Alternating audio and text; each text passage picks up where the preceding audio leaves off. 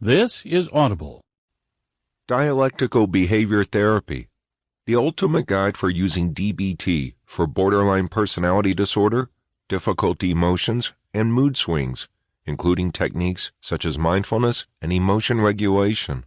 Written by Stephen Turner, narrated by Sam Slidell. Introduction. DBT Origins. Marsha Linehan. Dialectical behavior therapy is a fairly recent therapy. It emerged in the 1980s as an evidence-based, goal-oriented therapy and was originally developed as a modified form of cognitive behavioral therapy. It was intended to treat patients with borderline personality disorder.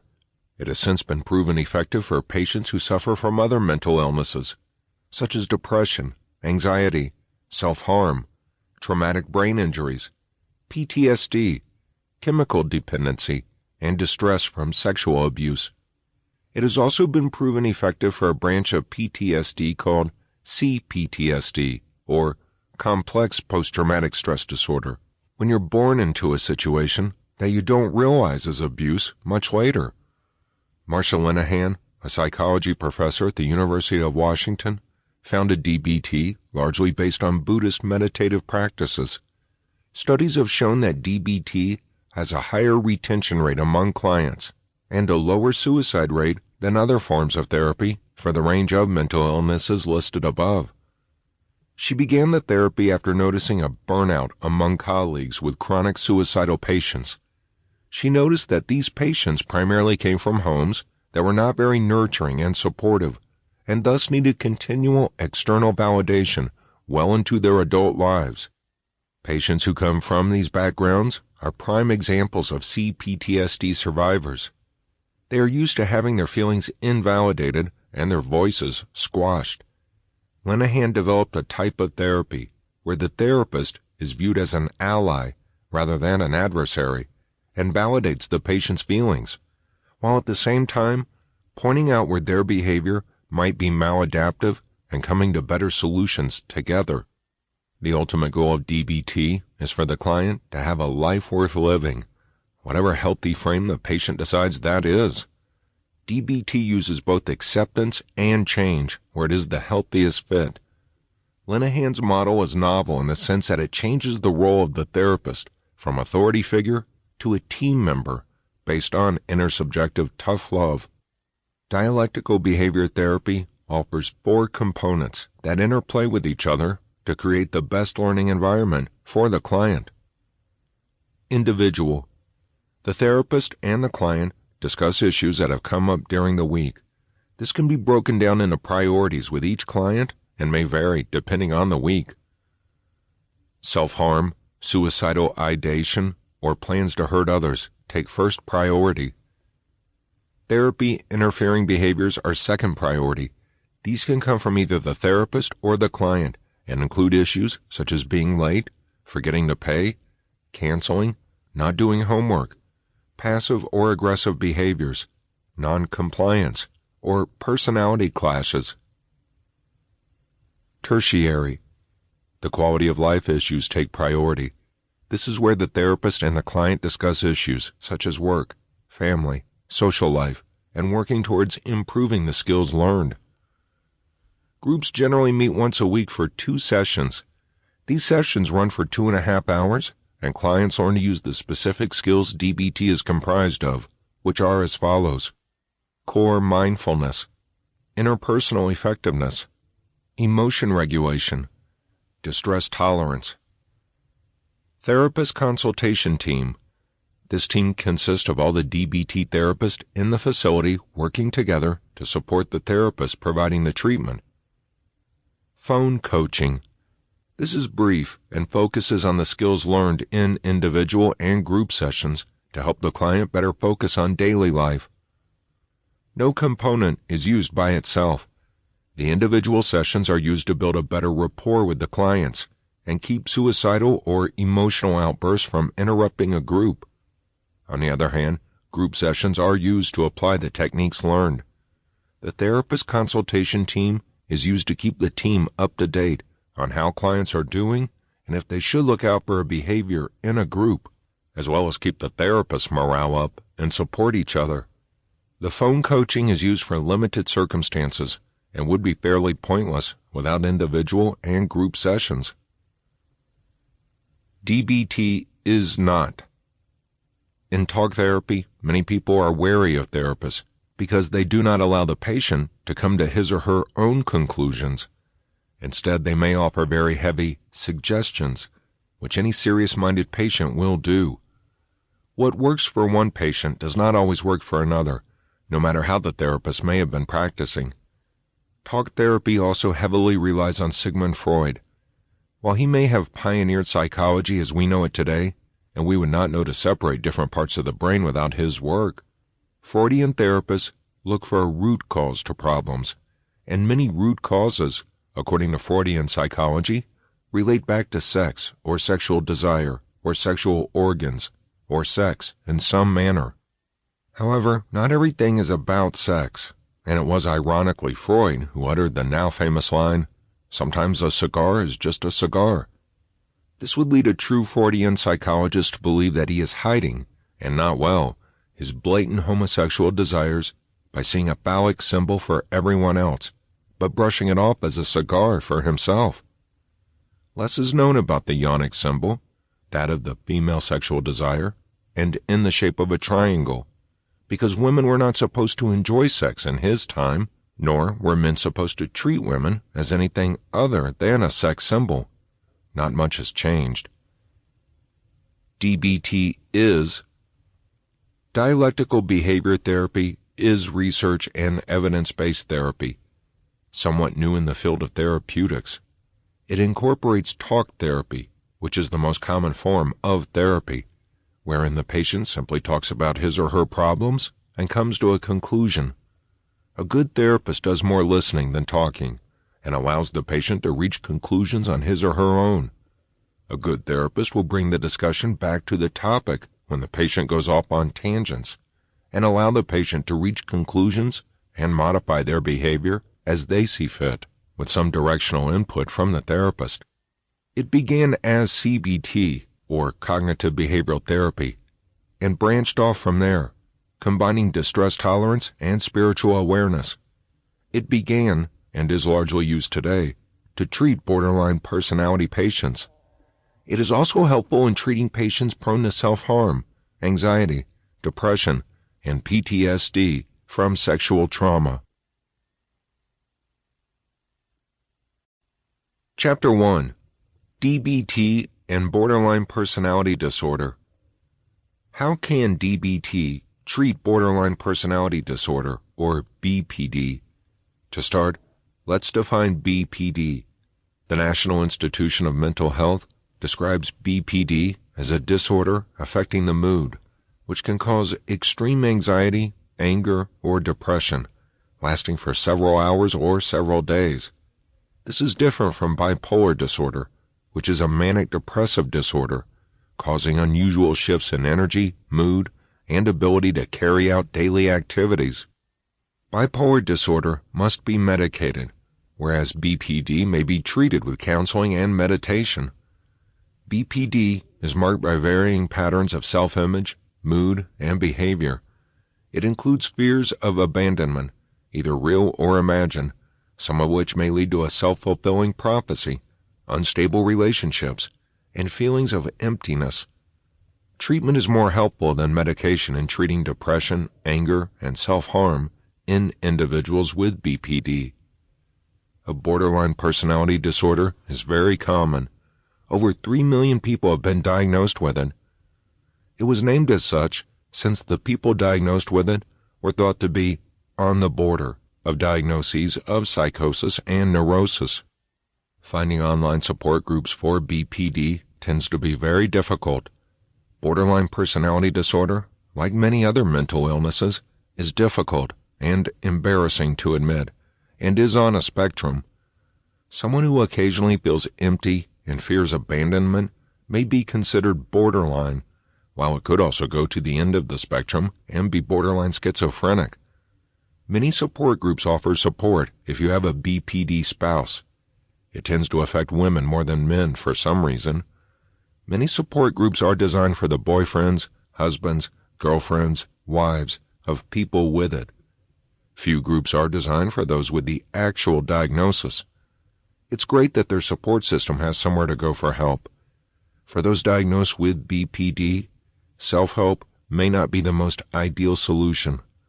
This is where dialectical behavior therapy comes in. DBT works with both the individual and the group therapy. This is reassuring for several reasons. Primarily, the individual therapy, like any mental illness, is necessary so that the patient feels heard. The group therapy is especially important in DBT because this is where they learn to utilize the skills. DBT is all about interpersonal relationships. Without the opportunity to practice the skills in an interpersonal setting, the skills are just theory and therefore somewhat useless. The theory may well be fascinating, but it only works on paper, like Marxism. Once you add human beings to the mix, shit gets real. Dialectical behavior therapy is not the only therapy used to treat BPD. It has just been proven to be the most effective. Mentalization-based therapy, MBT, is a talk therapy designed to help people identify and understand what others might be thinking and feeling.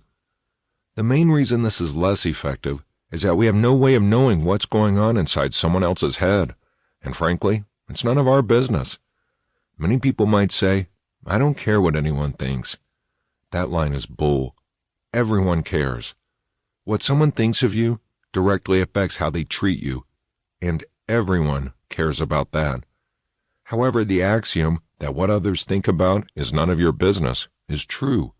You can pretend not to care about it, or you can admit that you do, but at the end of the day, it's still none of your business, and there is no way to know what someone else is thinking.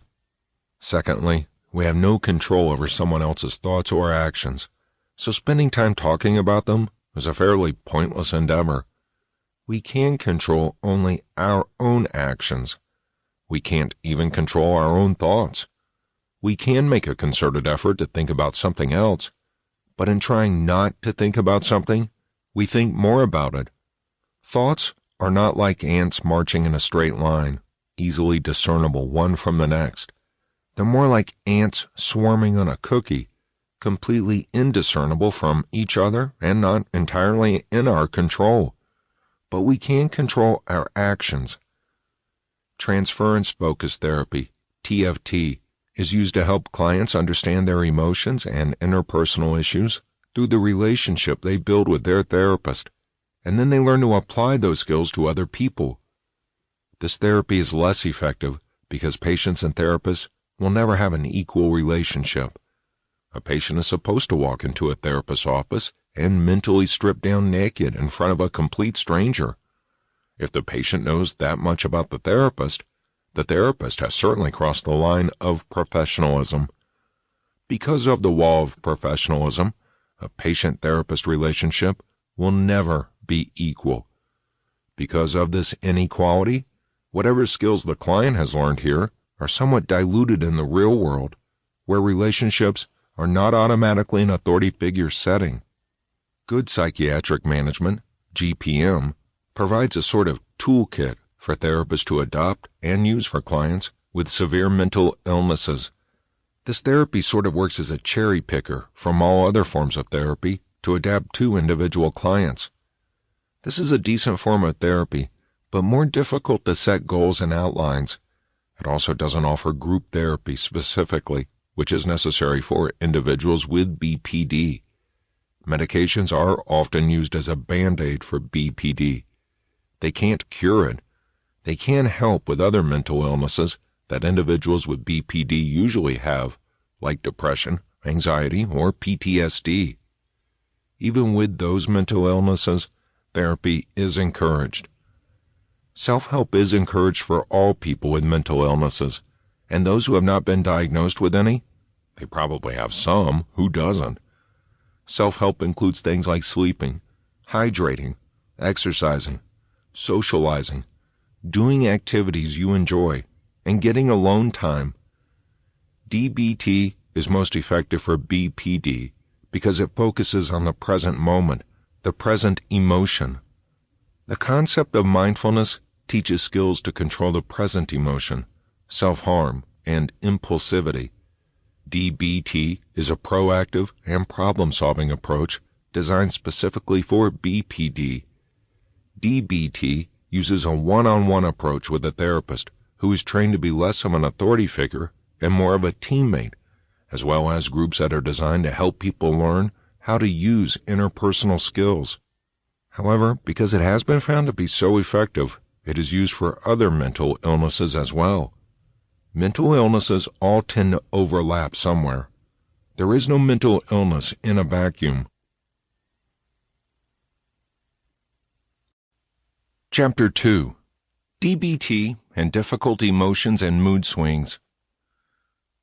On the surface, BPD can look like bipolar, but as stated, they are different disorders. The same can be said for difficult emotions and mood swings. That is a very vague description of mental illnesses, as all emotions can be difficult. Also, all people have mood swings to a degree. However, for people with emotional dysregulation, DBT has been proven to help manage extreme emotions, including repression of feelings, which often leads to confusion and shame of emotions. The patient may not know what he or she feels and feels guilty for feeling it. When it comes to emotions, there is no should. They just are. DBT treats BPD and difficult emotions and mood swings by teaching emotion regulation, holding the patient accountable for their actions, allowing the patient to feel what they feel, and redirecting self-harm behaviors into something productive. Self-harm is not isolated to only cutting. It could include excessive sex, binge eating, starving oneself, excessive spending, extreme laziness, eating only junk food, self-isolating, and more. By teaching mindfulness, distress tolerance, emotion regulation, and interpersonal effectiveness, DBT utilizes skills and strategies that help the client overcome harmful emotions and associated behaviors. DBT has been shown to be effective for reducing suicidal ideation, non-suicidal self-harm, psychiatric hospitalization, treatment dropout, substance abuse, and improving global functioning. Retention rate is difficult to maintain in any type of therapy. When it starts getting hard for people, right when they are getting close to a breakthrough, they often drop out. DBT holds people accountable for that. It also has a clear outline that patients can see regarding how close they are to finishing treatment. This clear outline helps people feel less overwhelmed, like there's no end in sight, and that they can't get better. If there's seemingly an end in sight, it's been proven that people will work harder to reach that goal. Chapter 3. Mindfulness. Mindfulness plays an integral part in DBT. Mindfulness means paying attention to what is happening right now and doing so on purpose. By on purpose, we mean choosing to be in the moment. If you are at a comedy club, for example, and the comedian is entertaining, you'll be paying attention to him or her. That is not mindfulness. You are not deliberately in the moment. What does mindfulness consist of? Mindfulness is having a wise mind and being present in the moment. There are many facets to being mindful. It consists of observing, describing, and participating in the present moment. What does it mean to do these things? It means not to let your mind wander. Bring it back to the present moment. Even if you don't have BPD or any diagnosed mental illness, learning mindfulness and learning how to live in the present moment and notice everything about this particular moment without worrying about the future or the past is a useful skill for anyone to have. Using the what skills. Observe. One facet of mindfulness is that of observation. A mindful person observes his or her surroundings. Think like a spy or a fraud psychic, like Burn Notice or Psych or Monk. The main characters of those shows are hyper-observant. They notice details the average person would miss, which is why they're fictional characters. In real life, however, an average person can still be mindful without solving crimes in their sleep. The type of observation that is necessary for mindfulness is, quite simply stated, observing the present. However, because mindfulness is the psychological process of bringing one's attention to the present, that definition is rather redundant. To get a deeper understanding of why observation is necessary for mindfulness, we must first understand what it is we are to observe and why it is necessary. Mindfulness in any degree relies heavily on emotions, or the lack thereof. Because we are discussing mindfulness in the context of DBT, we will discuss mostly emotion, or the lack thereof. Let's first discuss lack of emotion. To simply lack an emotion is not mindfulness. That is the opposite of mindfulness, because it creates apathy or emptiness, both of which are numb states of being. The lack of emotion in mindfulness is closer to having reached a state of nirvana, wherein you feel calm and peaceful. While calm and peaceful are emotions, they are much less intrusive emotions than most others, including the actual lack of emotions, such as apathy and emptiness, as we've discussed. Apathy or emptiness often results in being on autopilot, which is the opposite of mindfulness. Mindfulness is a deliberate state of being. Think, for example, your drive home from a familiar place. Your mind wanders. You maybe think about what you're going to make for dinner, or why Billy's teacher is calling you, or that excellent comeback you should have said to Susan at work. Man, she's annoying. You're on autopilot. There are days you wondered if your car didn't drive itself home because you don't remember how you got there. Autopilot is useful. It saves time and energy. It helps us become good at what we do. If a basketball player, for example, has to think about dribbling and running, he or she will make a horrible player. Instead, they run on autopilot. They are not being mindful of the present moment because they have to think about the whole game. Whose skills are best utilized for what? Who's going to catch this pass? Who's going to make the shot? Who's going to pass it to someone who is? Autopilot is an extremely useful part of our everyday lives.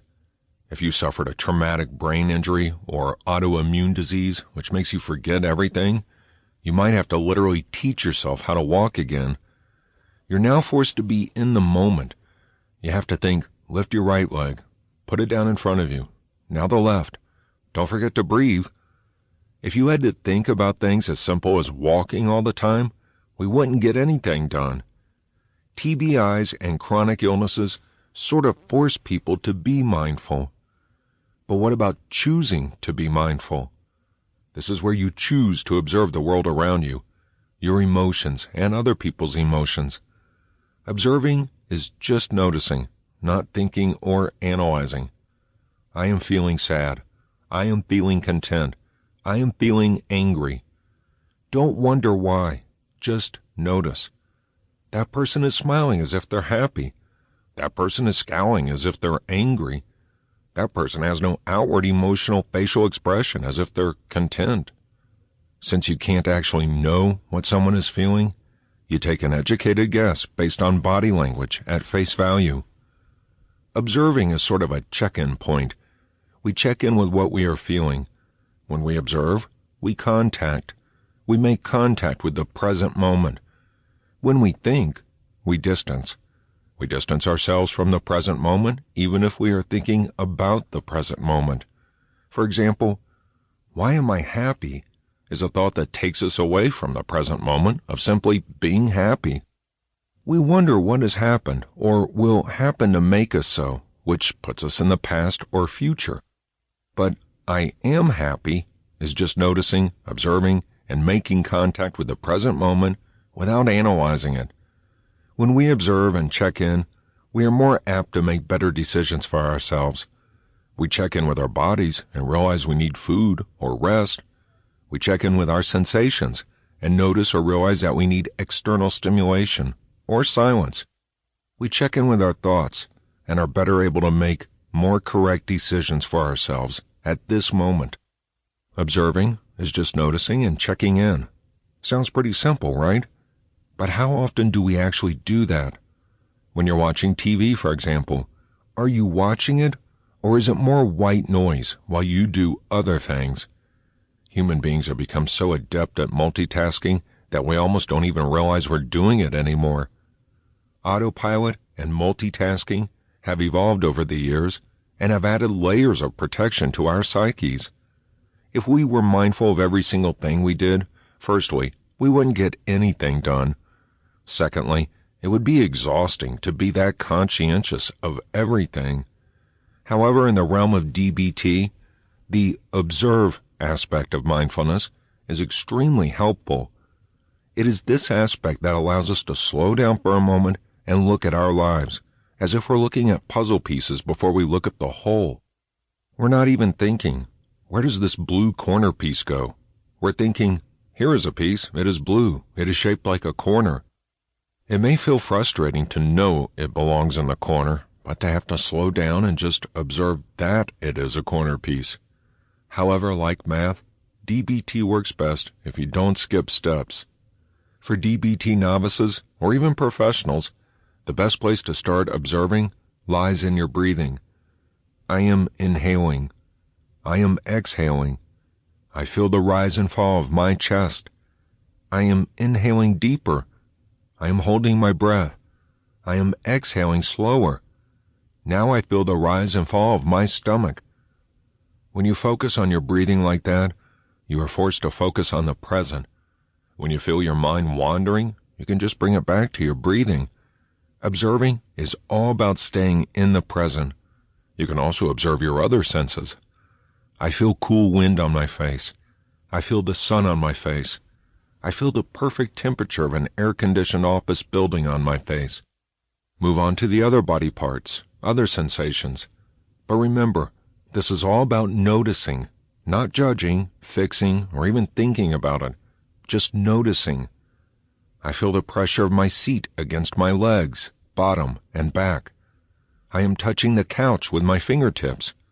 I feel a hole in my sock. However, don't get distracted by the hole. Carry on.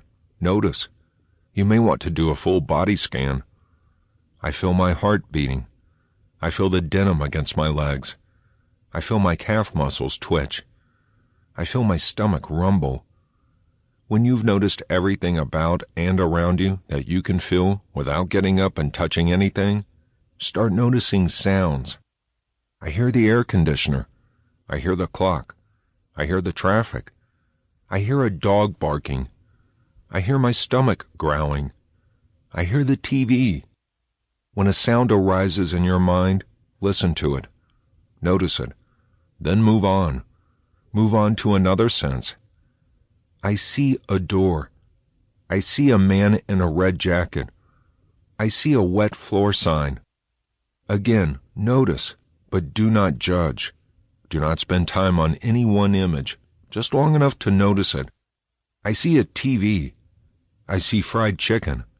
I see two people talking. Don't stop to watch the TV or listen to the conversation or eat the chicken. Just notice that they are all there. Move on to taste without actually eating. I taste the remnants of my toothpaste. I taste the filling from the dentist appointment this morning. This is a much harder sense to observe unless you are physically eating something. Observe any smells in the vicinity. I smell that fried chicken. Refrain from eating someone else's fried chicken, no matter how good it smells or looks. I smell cigarette smoke. I smell babies. They have a specific smell, although it's hard to describe. Please refrain from eating babies, too, no matter how good they smell. I smell rain. I smell a construction crew repaving the road. The sixth sense is thought. Notice your thoughts come and go. Do not cling to or actively avoid any of them. Like feelings, they are neither good nor bad. They just are. Observation is experiential. That is, it must be experienced. It cannot be learned through discussion or books or even movies. To observe is not to label. Just notice. Notice with your wise mind or the place where your reasonable mind and your emotional mind overlap. It's difficult as humans not to label things, because language is tied up so intricately with thought and memory. This audiobook, or any other, cannot describe what we're seeing without labeling it, because to convey messages to another requires the use of words, and therefore labels. Yet, in practice, in your wise mind, you don't need words. You just need to use your senses to discover the world around you. You may be tempted to zone out, or maybe even do so on accident. However, that would be counterproductive to mindfulness. Mindfulness isn't just being presently there. It's all about being there in the present. Doing so opens us up to the wise mind.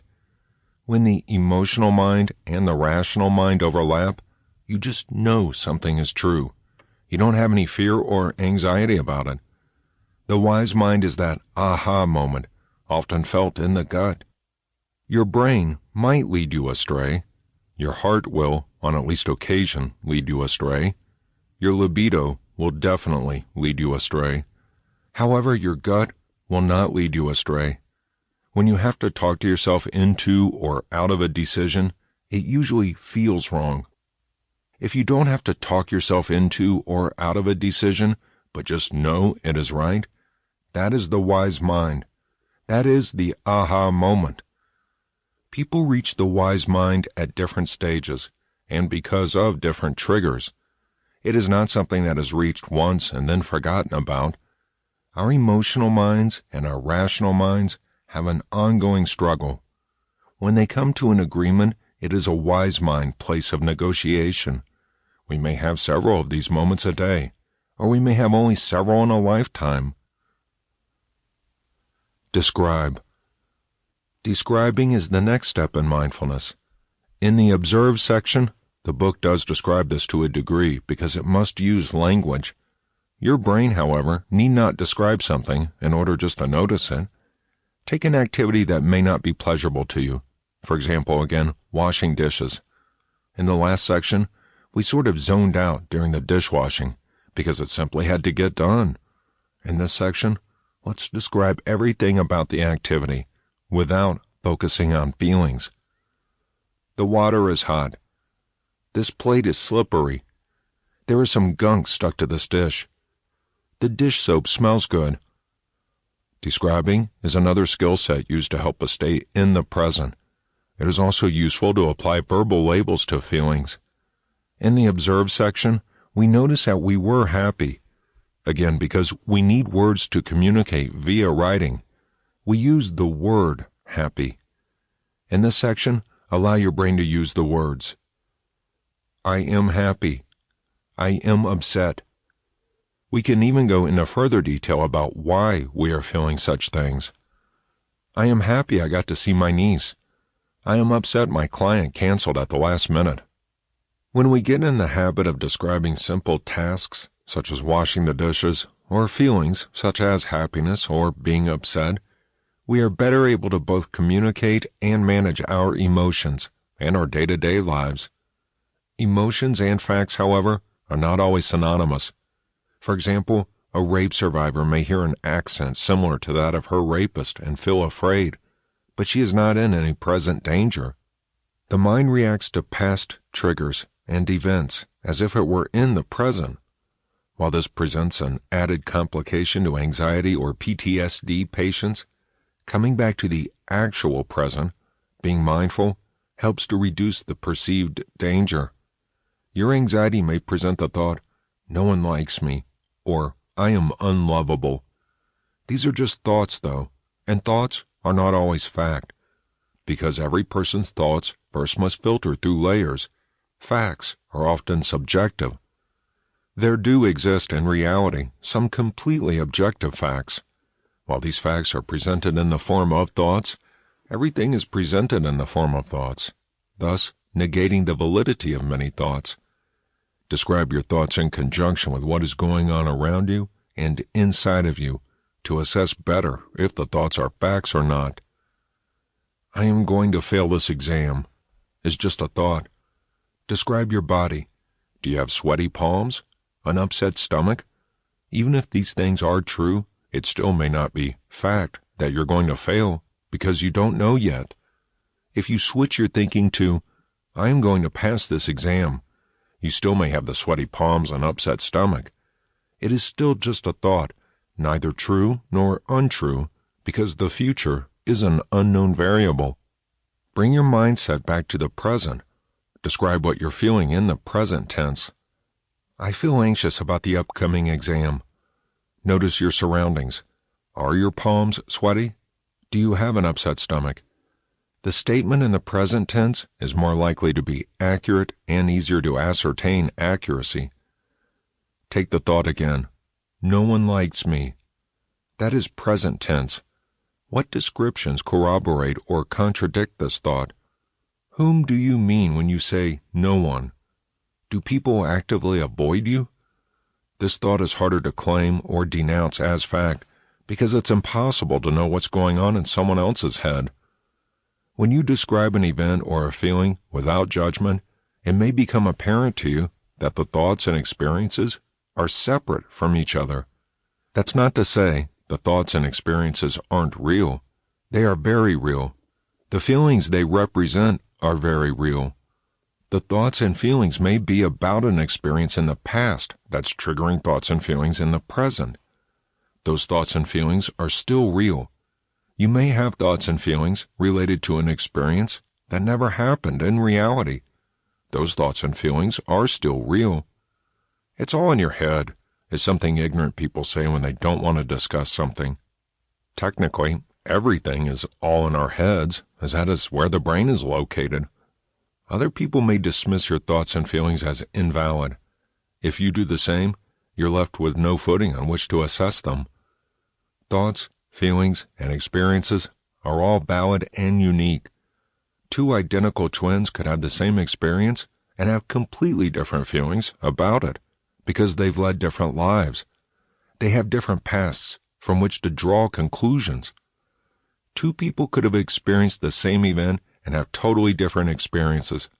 For example, and this is controversial, but it's based on fact and life experience, an American woman went through a Holocaust museum once with another woman who'd been raised in Berlin. The American woman felt physically sick at the end, whereas the German woman was not fazed at all, because she'd been taught since birth that the Holocaust never happened, and Americans built the museum to make Germany look bad. The two women had totally different experiences of the same event because they'd had different life experiences and education. We are made up of our memories, even the memories we've forgotten. No two people have the same life experiences in the same time frames. Ergo, all thoughts, feelings, and experiences are valid and unique. Some countries teach that there are 5 continents, depending on where the line break is in the land.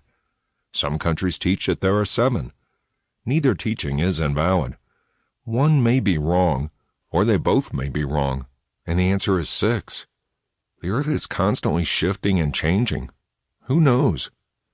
That said, thoughts, feelings, and experiences are not altogether the same things. A thought is not the same as a feeling, and neither of those is the same as the experience. If you can describe all of them separately, you will be better able to separate ideas from facts, and be better able to communicate to others what is happening or has happened, how you feel or felt about it, and why one event leads to a particular thought. Participate. There are a variety of mindful exercises to practice either in group therapy or individual.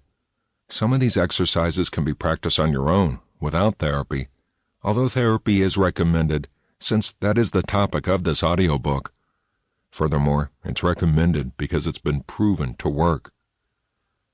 Exercises in participation. The raisin exercise. This works well with any type of food that has an interesting texture, taste, or smell. This is better equipped for group therapy. The facilitator produces raisins to a group of 8 to 12 people and instructs them to individually describe the object, on the premise that they've never even seen a raisin before. They can't describe it saying, it's a raisin, or even, it's a dried grape, because the premise is they know nothing about raisins. This exercise brings the clients into the present moment. "It's wrinkly," or "it tastes kind of like a grape," are acceptable responses from someone who's never seen a raisin before. This exercise forces them to notice everything about the raisin and say something that hasn't been said already.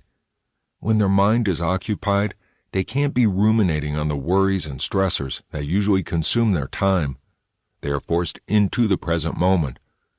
When you follow these instructions and pay close attention to the object in front of you and the people around you, you are practicing mindfulness. You are deliberately being in the present moment. In this exercise, the clients lie on the floor with their feet slightly apart or sit on a chair with their back straight and their feet on the floor. If they are lying down, their palms are facing up. The facilitator asks the participants to close their eyes.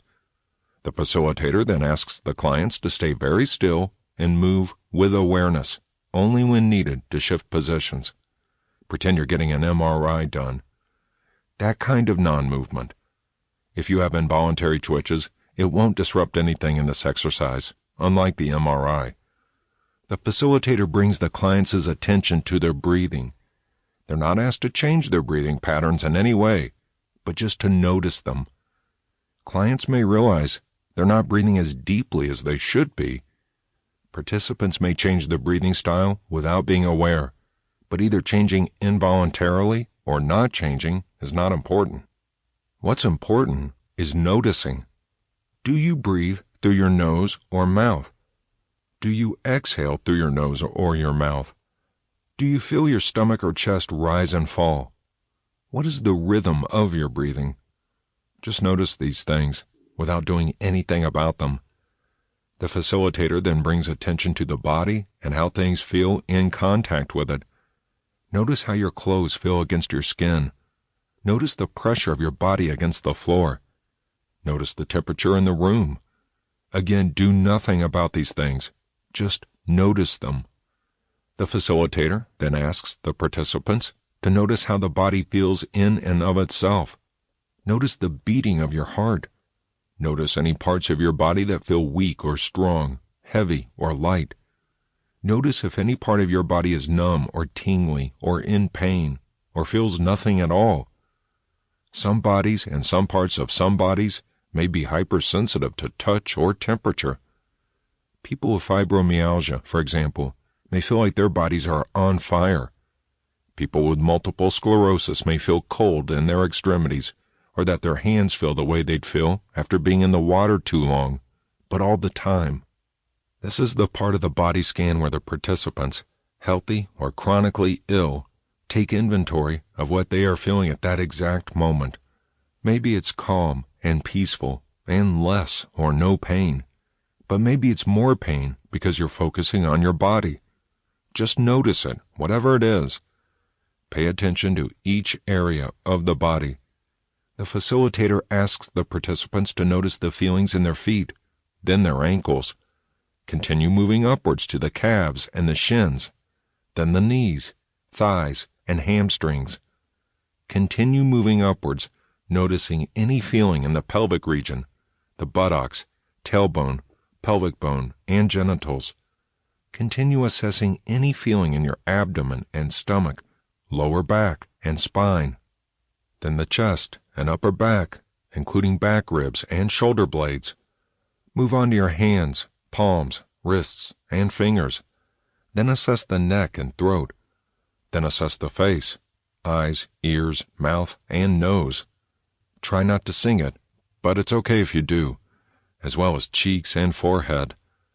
One particular study recommends you finish by assessing the blowhole. If you have no idea what that is on a human, Google will lead you to Urban Dictionary. Let's just say it is not necessary to assess the blowhole. That business aside, the facilitator then brings the participants back to the room, back to the present moment, by asking them to open their eyes. The body scan should not only help you take inventory of how your body feels, but it should also relax you. This is something you'll be able to do on your own, without a facilitator. Again, because we're focusing on mindfulness in the realm of DBT, these exercises will center around group therapy, even if they can be done in individual therapy or even without a therapist. Mindful seeing. An active imagination doesn't come easily to everyone, and mindful seeing may help those who are not blessed, cursed with such. It is similar to observing, but done in group setting. Firstly, find space by a window where there are things to be seen outside. Grab a spot fast. The space at the staring window gets filled up quickly. Notice the things outside, but avoid labeling them. Instead of thinking stop sign or bird, try to focus on the colors, textures, movements, or patterns. Pay attention to the movement of the leaves and grass. Notice any intricate shapes. Think about the section you see as if you were completely unfamiliar with any of these objects and colors. Observe without being critical. Be aware without fixating on any one object. If you feel your mind wandering, gently come back by noticing the world again. In the group discussion, this exercise may spark creativity and inspiration. Mindful listening. Mindful listening is an excellent group activity because people feel validated when they are heard. This activity is used to help the speaker feel heard and the listener to free themselves of inner chatter and actually listen.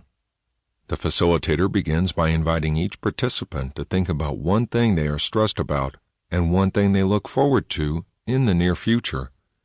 After a few moments of thinking, each participant takes their turn sharing their stories to the group. The facilitator encourages each client to express how it feels to speak to a group and how it feels different to speak about stressors or hopes, if at all.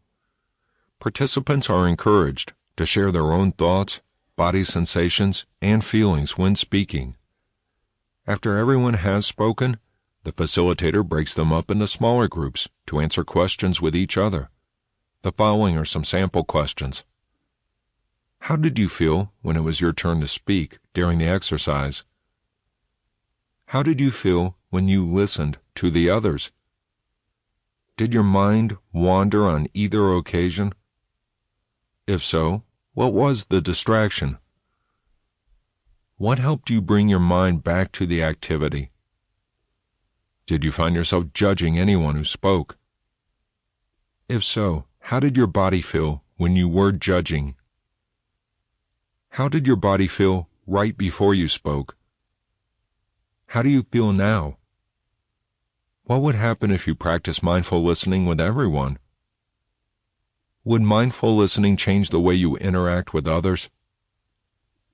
If you set the intention to pay attention to every interaction with kindness, curiosity, and openness, how do you think that would feel? The self-compassion pause. This is a worksheet. It begins by noting the date and asking the participant to notice if the awareness is felt in their heart, body, or thoughts on the current day. The worksheet provides a short description of the importance of self-compassion for maintaining a higher quality of life. These ideas might include changing the inner dialogue from negative to positive, so you always have a support system instead of being torn down. Or, by being compassionate towards yourself, you are better able to forgive yourself minor infractions and move on with your day, thus not creating more infractions by self-loathing. Next, take a moment to pause both thoughts and actions with a focused awareness that being mindful can help in any area of life. Then put a hand over your heart, give yourself a hug, or make physical contact in some way with yourself, and take a few deep breaths. Next, acknowledge suffering. Do not dwell on it, but acknowledge that it is a part of daily life. Say something like, "This is suffering," and give an example from your own life. Recognize that suffering is a part of being human, and all humans suffer. Say it out loud to be more mindful. Say a phrase that you feel offers self-compassion, such as, "I love and accept myself as I am," or "I am proud of my accomplishments and working on my flaws." Something that tells your brain you love yourself. Self-inquiry meditation. This begins the same way as the self-compassion worksheet. Take note of the date and how you are feeling mentally and physically, and what you're thinking about. The worksheet offers a short description of self-inquiry and its benefits. It might say something like this: checking in with yourself brings you to the present and allows you to know and address any feelings or pain you might have. To begin, first take a comfortable seat and allow yourself to settle into your body and mind. Try to let go of thoughts and clear your mind. Next, focus your attention on being you. What does this feel like? What does that mean? What characteristics make up your core self? If you find your mind wandering, bring it back to the exercise by asking, to whom is this thought occurring? Perform this exercise for as long as you're able. The more you practice, the longer you'll be able to think about your inner self without getting caught up in the hustle and bustle of everyday life. It brings awareness to yourself in a manner separate from Maslow's hierarchy of needs: food, shelter, companionship, etc.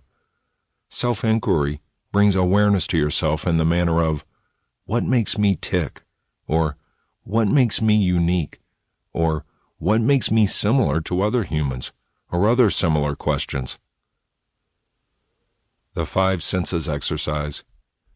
You can practice this exercise in nearly any situation.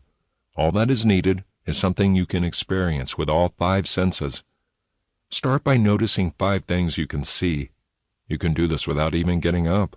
Just look around. Pick objects you might not normally notice, like the patterns on a leaf or the cracks in a sidewalk. Next, notice 4 things you can feel. These aren't things you need to touch with your fingers. They're things such as the clothing against your skin, the wind against your face, your hands or elbows on the table where you might be sitting, the weight of your body against the chair or seat, etc. Now, notice 3 things you can hear. Take a moment to listen and hear things in the background that might get swept up as white noise in everyday life. These things might be the hum of the refrigerator, the air conditioner or fan, the rumble of a distant train, or traffic on another street. Next, notice 2 things you can smell, whether pleasant or unpleasant. Notice smells you might normally filter out, like snow. Yes, it has a smell. Or grass. Maybe it's the restaurant the next block over you've become so accustomed to that you don't notice anymore. Lastly, notice 1 thing you can taste.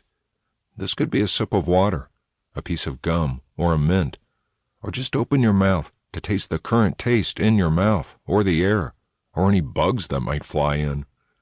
This is a quick exercise to bring you to a mindful state quickly and easily, in whatever surrounding you find yourself in. It brings awareness to the current moment in a short amount of time. The mini mindful exercise.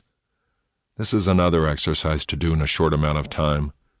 Firstly, step out of autopilot to bring awareness to what you are doing, thinking, and sensing right now. Pause and assume a comfortable but dignified posture. Close your eyes. Notice your thoughts. Let them arise, and then let them pass. Attune yourself to your current state and who you are as a person. Bring your awareness to your breathing for 6 deep breaths, or 1 minute, whichever is easier to do without letting your mind wander. Notice the rise and fall of your chest, your stomach pushing in and out. Notice how your lungs expand and contract. Anchor yourself to the present with this awareness by focusing on 1 single thing, your breathing. Next, expand your awareness outward, first to the rest of the body, then to the surrounding environment. When you expand your awareness to your body, notice any sensations you might be feeling, like any numbness or tingling, any burning or aching. Notice any tightness or extreme temperatures, or feeling lightness or heaviness. Remember that your body should not be separated from your mind.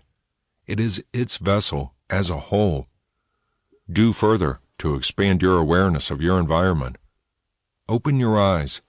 Notice the colors and shapes in front of you. Notice any sounds or smells. Be present and aware of this particular moment in time. Mindful walking down the street technique. As humans, we can observe our thoughts without reacting to them or needing to fix them. We don't need to hide or solve them.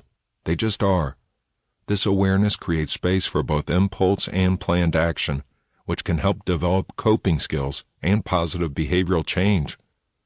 The facilitator asks the participant to visualize themselves walking down a familiar street. In this scenario, the client sees someone they know and waves at them, but is not greeted back. The other person gives them no recognition in this scenario, but just continues walking. The facilitator then asks the client, "As you were imagining, did you notice any of your thoughts?" And, "As you were imagining, did you notice any of your emotions?" The facilitator then asks the client to reflect on the emotions and thoughts and how that affected them. The facilitator asks if this was helpful or not, and if so, how, or why not. The 3-minute breathing space. This exercise is designed for people with busy lives, which is most of us. The body scans and meditations require you to keep a clear head, which can be challenging and only truly obtained by years of practice, if at all. This exercise is broken down into 3 minutes, as the title indicates. The first minute is spent thinking, "How am I doing right now?" with a focus on any thoughts, feelings, or sensations that arise. Label these thoughts or feelings. Give them a name. The second minute is spent focusing on your breathing. When you feel your mind wandering, bring it back to your breathing. The last minute is used on focusing on how your breathing affects the rest of the body. Feel the air going all the way down to your lungs. Feel the air as you exhale. Bring your mind back to your breathing when you feel yourself wandering. Focus on the expansion of your lungs, the air coming in your nose and going out of your mouth, or however you breathe. Your mind will most assuredly wander. This is a difficult exercise to keep the mind from being errant. The idea is not to block thoughts, but to let them come and go, and leave your head clear again. If you actively try not to think about something, you are thinking about that thing. Savvy? Let the thoughts come and go, then disappear again. These exercises can be used individually or in group settings, by clients or therapists. Mindfulness, like any exercise, takes training to master, and even after you have become a mindfulness Jedi, you will still need to practice daily. Recognize that mindfulness takes training of the mind, and it will take time to see the benefits of it. It is a new way of thinking, but the key is to persevere. Approach the skill with self-compassion. Allow for some leeway and flexibility among techniques, and allow for self-reflection, which may be difficult, but it is the most important part of any useful therapy. Using the how skills. Non-judgmentally. As previously stated, each person looks at the world through his or her own lens. Because of this, no person is truly non-judgmental. We ascribe labels to things, whether consciously or not. Things are good or bad, moral or immoral, right or wrong. We may not even realize we're doing this. There are some exercises, much like the mindful exercises, that help us practice non-judgmental mindfulness. Let's discuss a few. Visualize removing the lenses of judgment. Imagine you're wearing a thick pair of glasses. You've worn these glasses for so long that you don't even realize you're wearing them. However, they are your lenses, through which you view the world. They are layered with your experiences, your thoughts and opinions, and even the thoughts and opinions of others, simply because they are in your sphere of influence. Imagine taking these glasses off. In the past, you have put other people's glasses on over these. You have, in the past, even taken off your glasses momentarily to wear another pair. But for this exercise, you're just taking your glasses off. You're not putting on someone else's. You're just taking yours off. It feels naked, doesn't it? Without your skewed view of yourself, the world, and others, how does everything look now? Try describing yourself in this manner, as objectively as possible. In this exercise, Try not to use words that connote an opinion, such as handsome, whereas attractive is more objective. The word fat has negative connotations in society, but if you take away the judgment, it's just a describing word. How do you describe yourself with the glasses on? Might it go something like this? I'm tall, I'm obese, I have a long nose, and blue eyes, and red hair. I'm pretty anyway. How does it sound without the glasses? I'm tall, I'm overweight, my eyes are blue, my hair is red, I'm average in attractiveness. It may sound better or worse without the glasses, depending on how you see yourself. Describe your best friend with and without the glasses. She has long hair and crooked teeth. She is the kindest person on the planet and practically perfect, even if she is an engineer. Now take the glasses off.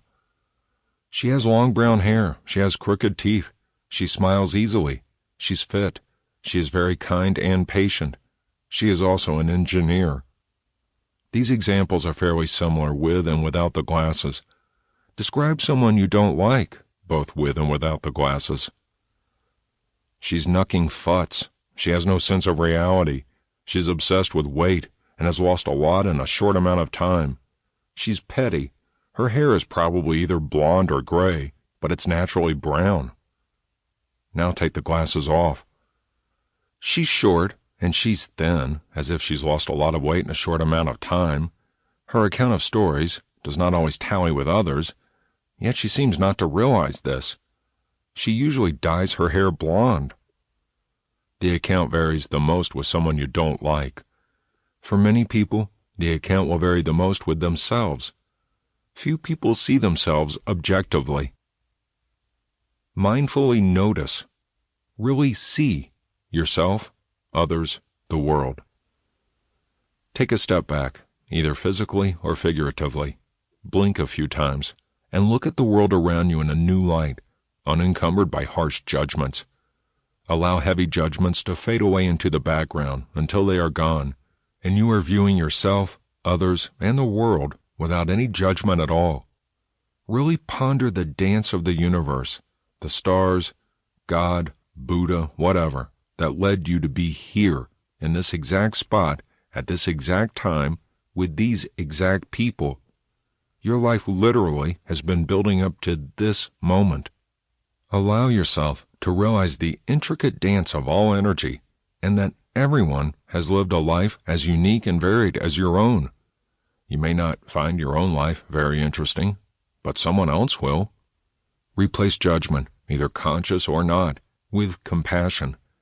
Every single person has had hopes, dreams, fears, love, doubts, failures, regrets, successes, however small or large. Every single person has had privileges others have not, as well as struggles others have not. Every single person has also been broken at least once, or at the very least, been cracked. We build and tear down walls to protect our emotions. We have our false selves and our authentic selves. Mindfully notice, without judgment, with whom you are your false self, and with whom you are your authentic self. Try to see through your own walls, through others' walls, or at least understand why they exist. Do so with compassion instead of judgment. Recognize and embrace the common humanity flowing in the blood of all those who are human. Allow the walls and barriers to break down and melt away. Ask the wise mind, what is it that I most deeply want in my life? The wise mind, if you recall, is the balance between emotion and reason. It's the perfect Spock of human and Vulcan. The wise mind often represents itself as intuition, a small voice within, or a gut feeling. Don't listen to your heart. It's an idiot. Really don't listen to your libido. It's even dumber. However, your gut is usually a good guide, after you give it pizza. Wise mind encompasses both reason and emotion, enabling you to make the most effective choices. If you are truly mindful, an effective decision in the present tense leads to effective consequences in the future. Thinking with the wise mind while on the surface, seems to be employing the motto Hakuna Matata, it is, in fact, a much deeper decision-making skill set. The decisions made with the wise mind in the mindful present tense lead to correct decisions and fallouts from this decision later. Properly take care of the present, and it will take care of the future. Ask your wise mind, what is it that I most deeply want in life? Do not try to force an answer. Instead, try to practice mindfulness. Let answers come and go as they please. After a few moments, you will perhaps notice a pattern. Maybe you most deeply want to be loved or to love. Perhaps you most deeply want a sense of belonging or a feeling of acceptance. Maybe you want a sense of accomplishment, or you seek external validation from specific people. Whatever answers come to you, choose to practice mindfulness. Direct an attitude of openness, curiosity, and acceptance towards your deepest needs and desires. Mindfulness and freedom from suffering. Another way to obtain non-judgmental mindfulness is to subscribe to mindfulness and freedom from suffering. One of the many benefits of practicing mindfulness is learning to release judgment. In many instances, people equate judgment with safety. It is a coping mechanism used to avoid getting too close to people, used to tell ourselves that this type of person will hurt us. As they say, stereotypes are time savers, right? However, this is a false sense of security that you can shed at any time. By doing so, we allow more openness and, yes, vulnerability into our lives. But we also allow more joy and thus less suffering. Harsh judgments inflict unnecessary suffering. Freedom from judgment is attainable, but like all things, is temporary. It must be practiced daily to truly achieve it, if only temporarily. Freedom from judgment is by no means approving of something that goes against your core values. It simply means accepting the person as they are. Freedom from judgment does not mean, I love you anyway. The anyway is a qualifying term that implies inherent judgment. Freedom from judgment means, I love you. I see your flaws, and I recognize it's not my place to try to fix them. I accept and love you exactly as you are. This does not mean it is not necessary to set boundaries with people. It absolutely is. You can accept someone and love them just as they are while still setting firm boundaries in the relationship. Being free of judgment against yourself does not mean you don't work on your flaws. It also doesn't mean, I love me anyway. It means, I love me. I'm aware of my flaws, and I'm working to correct them. I'm not aiming for perfection, and I know it's not even possible. I'm aiming for better than yesterday, and even when I backslide, I still love me. When you release judgment against yourself and others, you make room for love and acceptance. When you get rid of the judgment, you also release the accompanying fear, anxiety, and doubt. Non-judgmental mindfulness gives you the power to change what is in your control. However, it is difficult to discern what is in your control. Non-judgmental mindfulness enables greater awareness, open-mindedness, and curiosity. What happens around you and to you is rarely, if ever, in your control. However, your response, reaction, or lack of reaction, and the meaning you ascribe to events is within your control. Human beings are storytellers by nature. When the facts we have don't tell the whole story, we fill in the blanks, either consciously or unconsciously.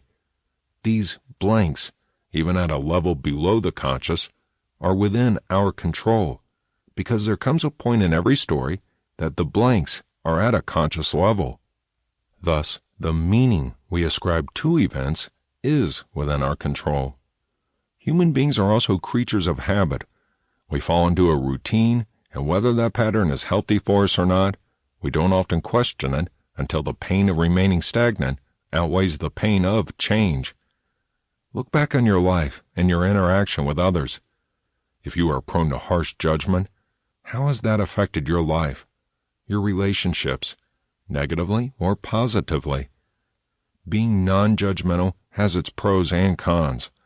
However, simply being non-judgmental is not the same as non-judgmental mindfulness.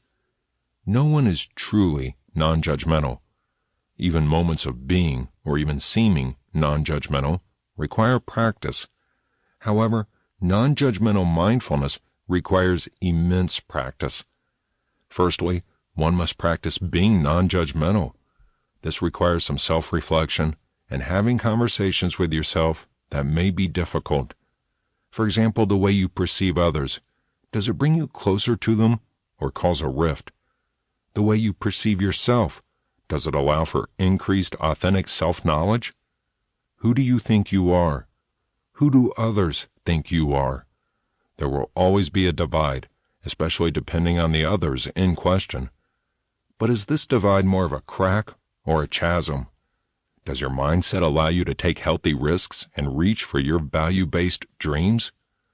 If you discover that your mindset is more judgmental than you'd like, and that it hinders you in some way from building lasting relationships or pursuing healthy goals, pause for a moment. Step back. Try releasing all judgment. Allow yourself to feel safe in this new sphere of non-judgment.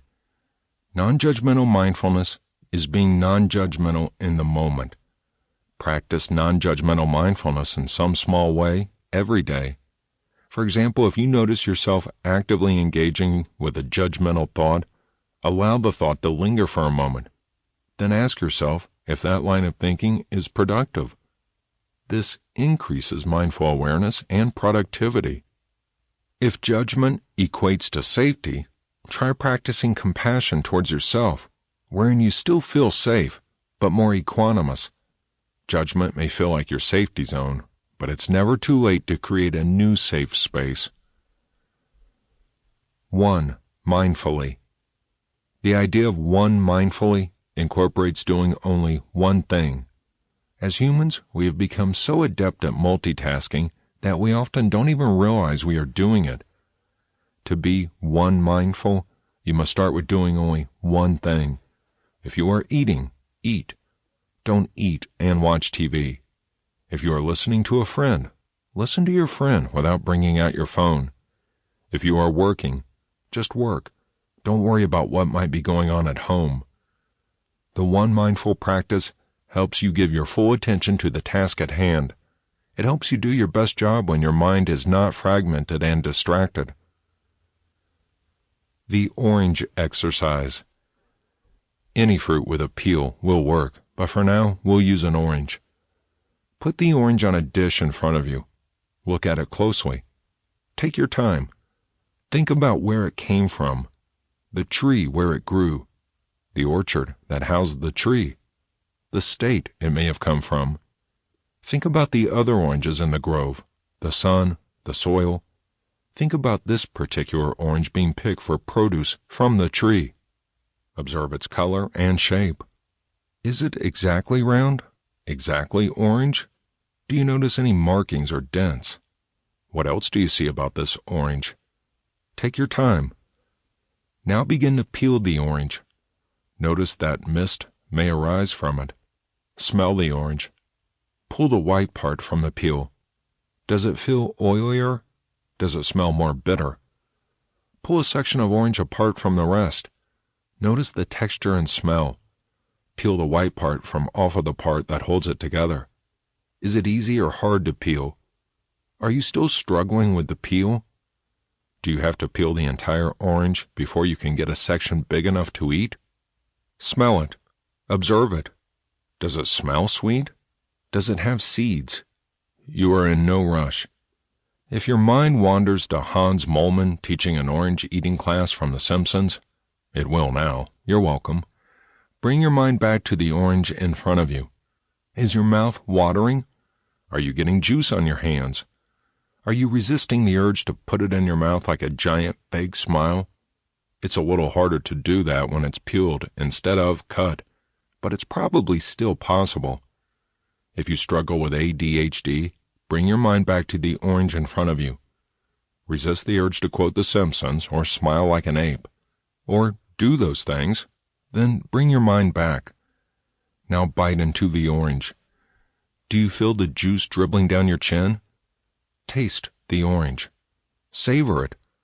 Allow the juice to penetrate your entire mouth. How does it taste? Was it perfectly ripe? Not ripe enough? Too ripe? After you swallow this bite, think about how you feel. Now finish peeling and eating the orange. Can you do it without making a mess? That's okay if not. Savor the taste, the smell, the feel, the sight, and even the sounds of your chewing.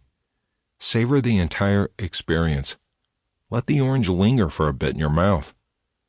You are in no hurry. Is there juice on the dish, the table, your clothes, your face, your hands? Finish eating the orange. Use a napkin to wipe down everything that is messy. Is the napkin now orange? Is it sticky? Are your hands sticky? Did the napkin clean you sufficiently? For the last few moments, you have just mindfully eaten an orange. Did it taste different than other oranges you've eaten, without thinking about it? How did it feel to be totally present for a few moments during such a pedestrian activity as eating? Take a few activities during this next week and practice one mindfulness during regular day-to-day pursuits. Instead of planning out your day in the shower, practice one mindfulness, or practice it while walking the dog or listening to a friend or spouse or child. Report back to the group on how being one mindful during mundane chores changed that task for you that day effectively. Often we get so caught up in being right that we are not always effective. If another driver cuts you off, for example, you legally have the right of way. But is it effective to stay in your lane or keep your speed? It might cause an accident. So to avoid an accident, you accept the most effective choice and let him in. In interpersonal relationships, the need to be right is even more ubiquitous. Perhaps you are absolutely right about an incident and the other person is wrong. Is it effective to continue having the circular conversation where nothing is solved? No. It's more effective to let it go and not let your feathers get ruffled when they bring it up. In fact, by having no reaction, the other person may lose interest in trying to get a rise out of you. Many people impose their beliefs, cultures, religion, etc. on others.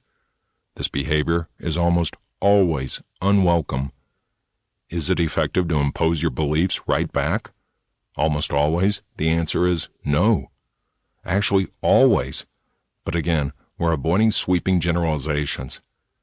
However, it is effective to set boundaries and tell the person you don't like that. And when they inevitably ignore you, it is more effective to end communication when they do that than to tell them again. Think about a situation where vengeance, righteous anger, or fear is keeping you from being effective. Would a simple apology mend a relationship? Even if you're right? That doesn't mean they're allowed to treat you poorly. It just means that you recognize you've treated them poorly, or that it would end tension. Are you so intent on getting someone back that your vision has been clouded as to making effective decisions? Are you afraid of presenting an idea at work because people might not like it? They also might. It might also be the most effective route possible. It might also start with a discussion that would lead to the most effective route possible.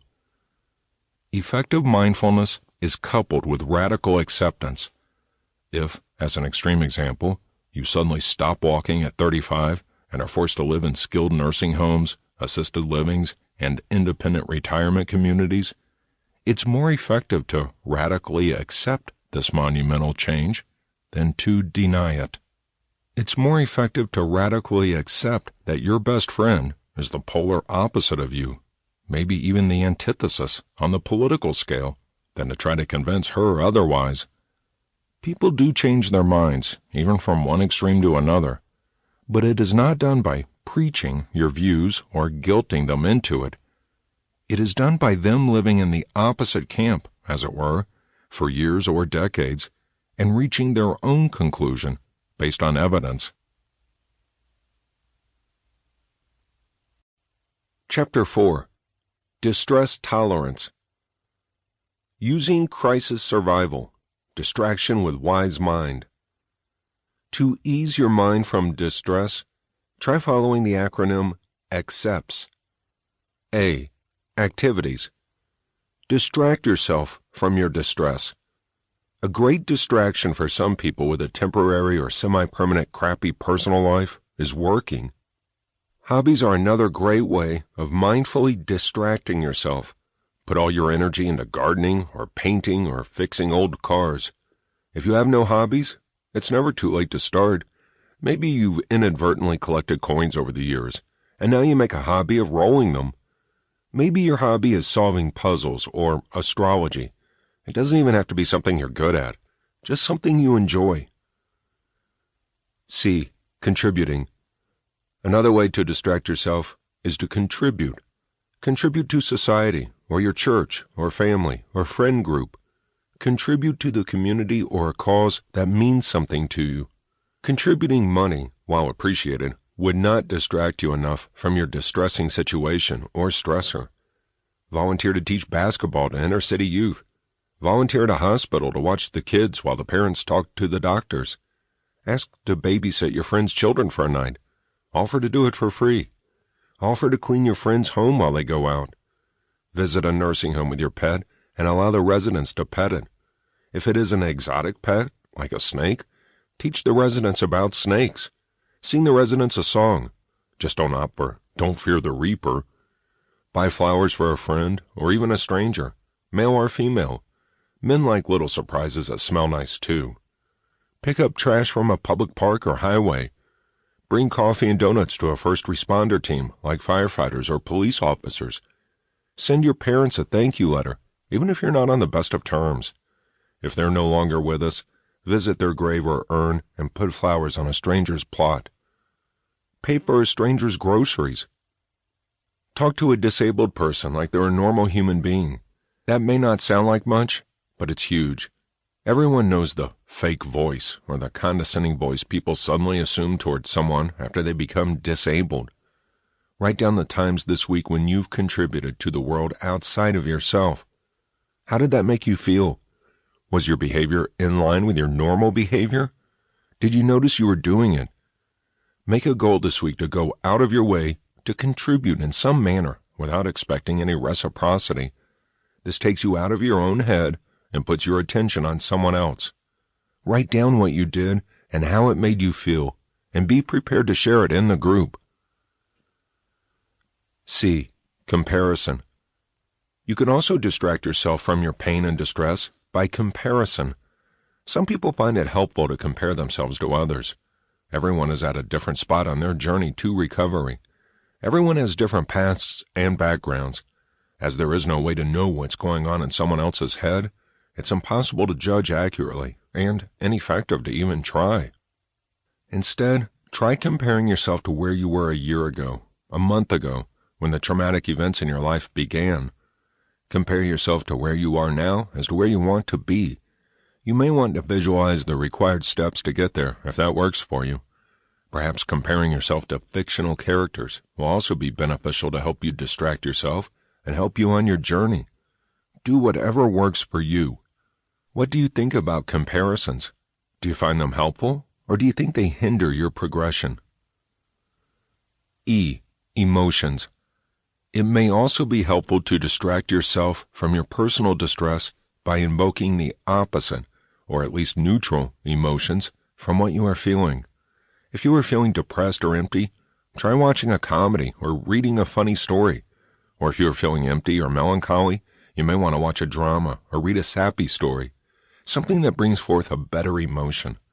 If you are feeling apathetic, which is a lack of emotions, an action movie that makes you think, like Fight Club or Memento, might suit you better.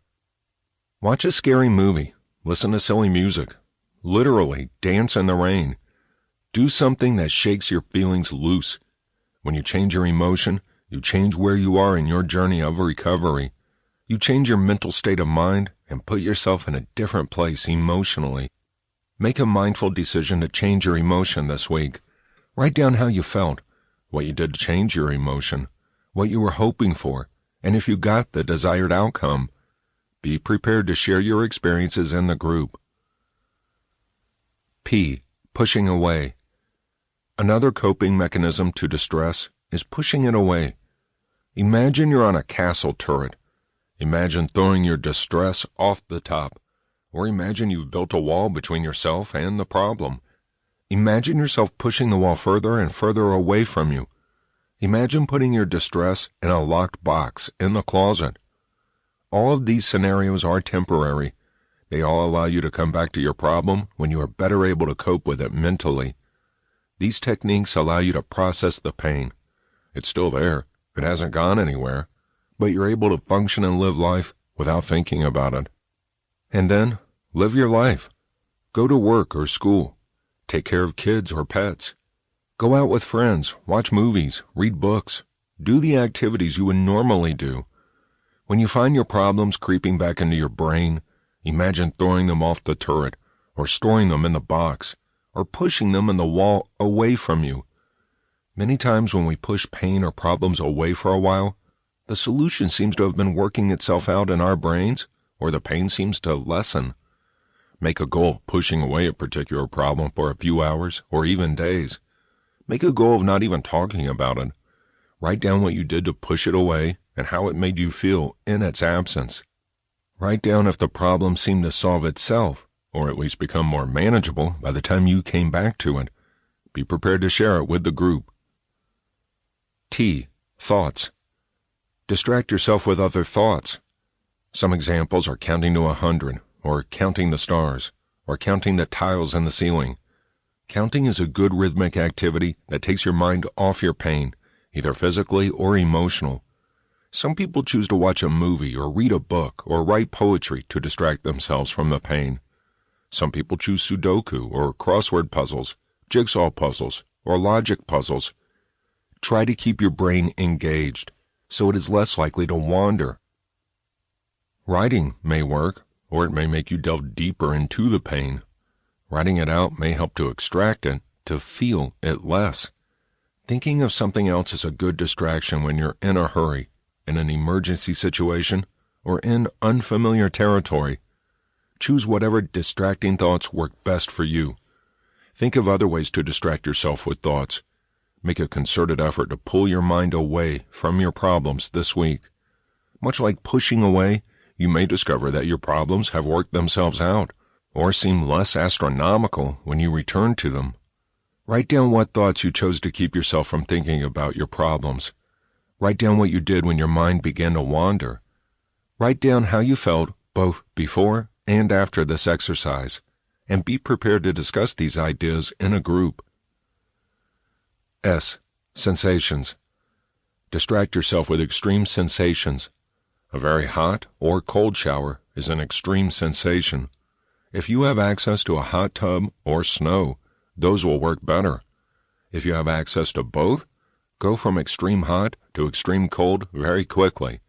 This distracts you from your pain, as well as amps up the circulation in your body. Put a rubber band on your wrist and snap it. Listen to loud music.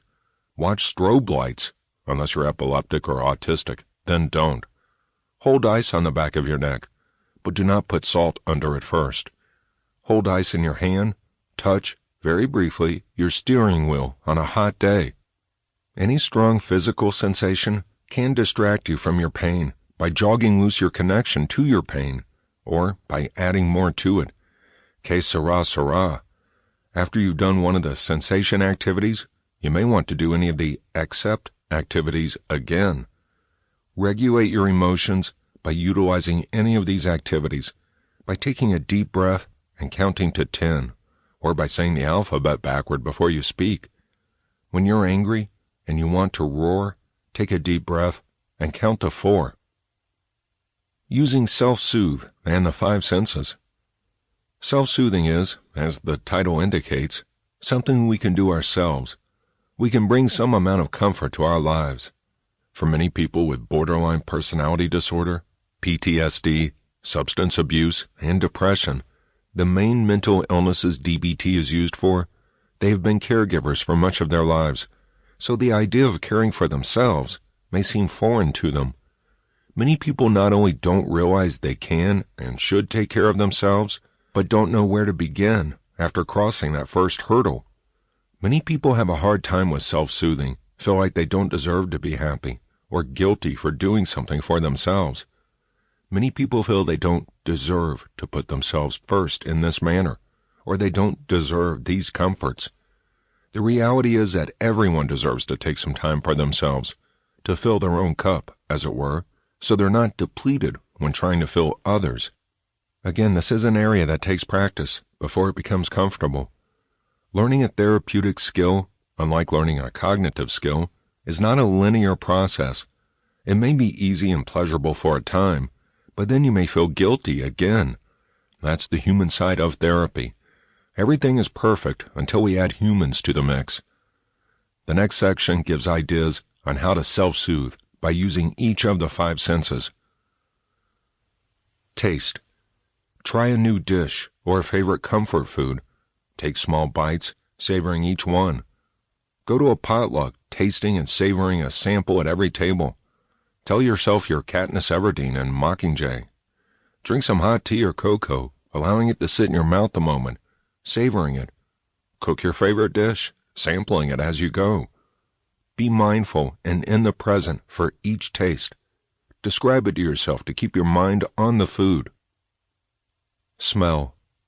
Go to a bakery ridiculously early in the morning and smell the delicious aroma of freshly baked bread and pastries. Smell breakfast being cooked from your own home or a nearby restaurant. We do not suggest breaking into anyone's home just to smell things, although the inside of a psych ward might have unique smells. Knock yourself out. Take a walk in nature. Smell the rain or the flowers. Smell the grass or the scent of autumn. It has a unique smell. Smell campfires or barbecues.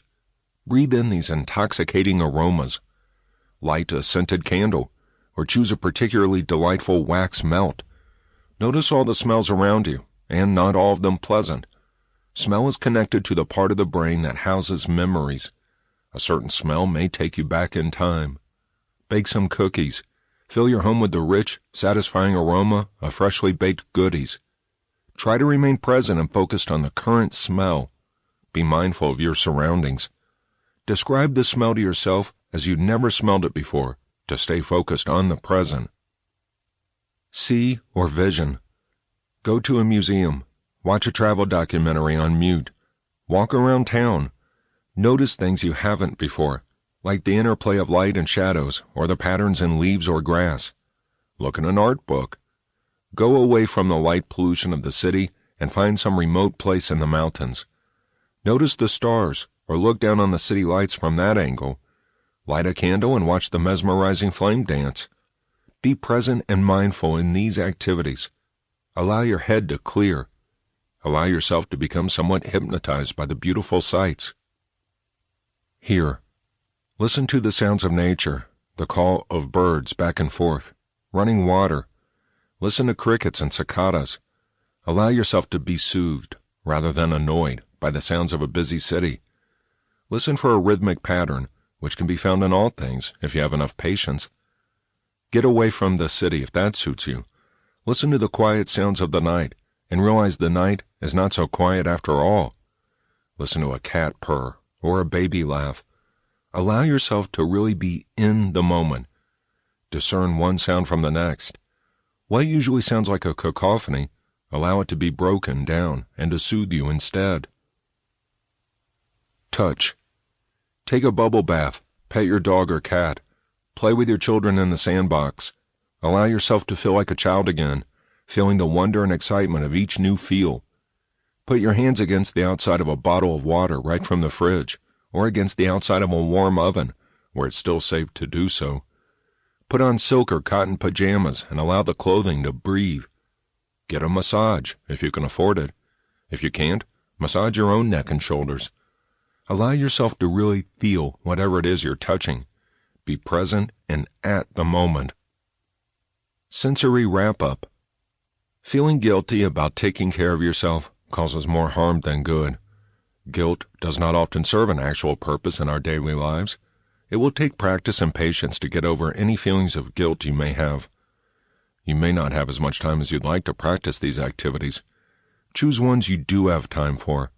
Write down how you felt before and after, if you were able to stay in the moment, and what you were thinking about if not. Be prepared to discuss it with the group. You may want to choose one activity per sense over the coming week, or one sense and all activities. Do not limit yourself to the suggested activities. If you can think of things that engage a particular sense which is not listed, do them. As you overcome feelings of guilt or thoughts that you don't deserve to be happy, you will be filled with more feelings of joy and peace, and you will be better able to overcome difficult situations in the future without the excess baggage of guilt weighing you down. Chapter 5. Using Improve the Moment. This next set of skills is best suited for instances when you can't change the setting or situation, don't have much time, and need to change how you feel about the situation. These skills are used to reduce stress and anxiety, if even for a short amount of time. They can be repeated as often as necessary and are designed to help you feel better.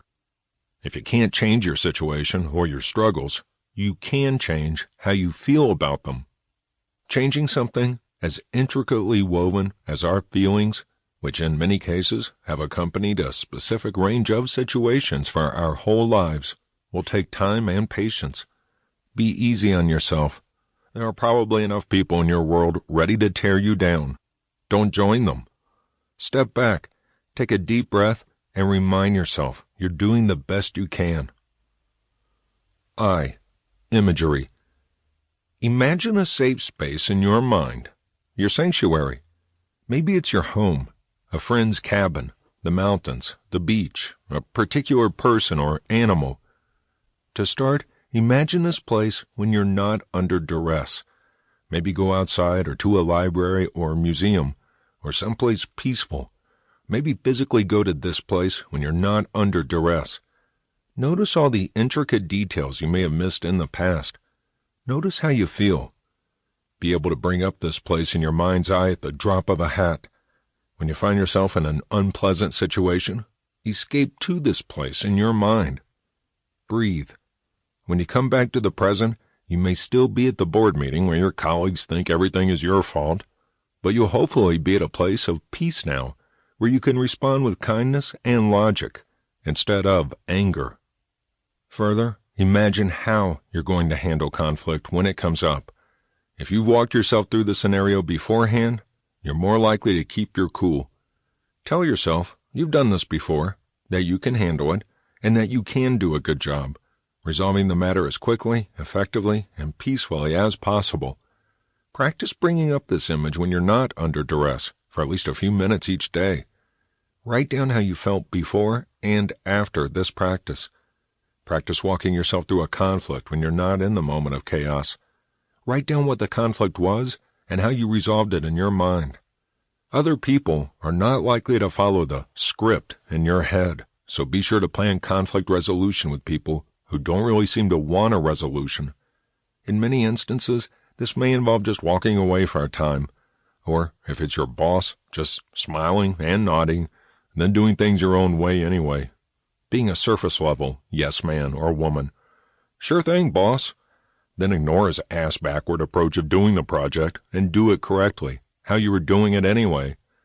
Write down how you handle conflict resolution in your mind and what opportunities you had over the week to use it in real life. Did imagining the conflict resolution help? How so? Or if not, why not? Be prepared to show the group. Meaning. Try to ascribe meaning to your pain or trials. Not everything happens for a reason. However, if you find a meaning or a silver lining in everything, it will help you better able to come to terms with it. An anecdote Viktor Frankl uses in Man's Search for Meaning is when asked by a fellow Holocaust survivor why his wife had to die. Frankl had asked him how his wife would feel if she were still living, and he was not. The man then ascribes the meaning of her death to him having to suffer instead of her. His situation hasn't changed, but his wife is still dead. But it is now easier for the man to continue living without her, remembering that he'd rather take on her pain. Ascribing meaning to an event doesn't change the event. It doesn't take the pain away. It doesn't mean this event had to happen in order for you to be happy or live a full life.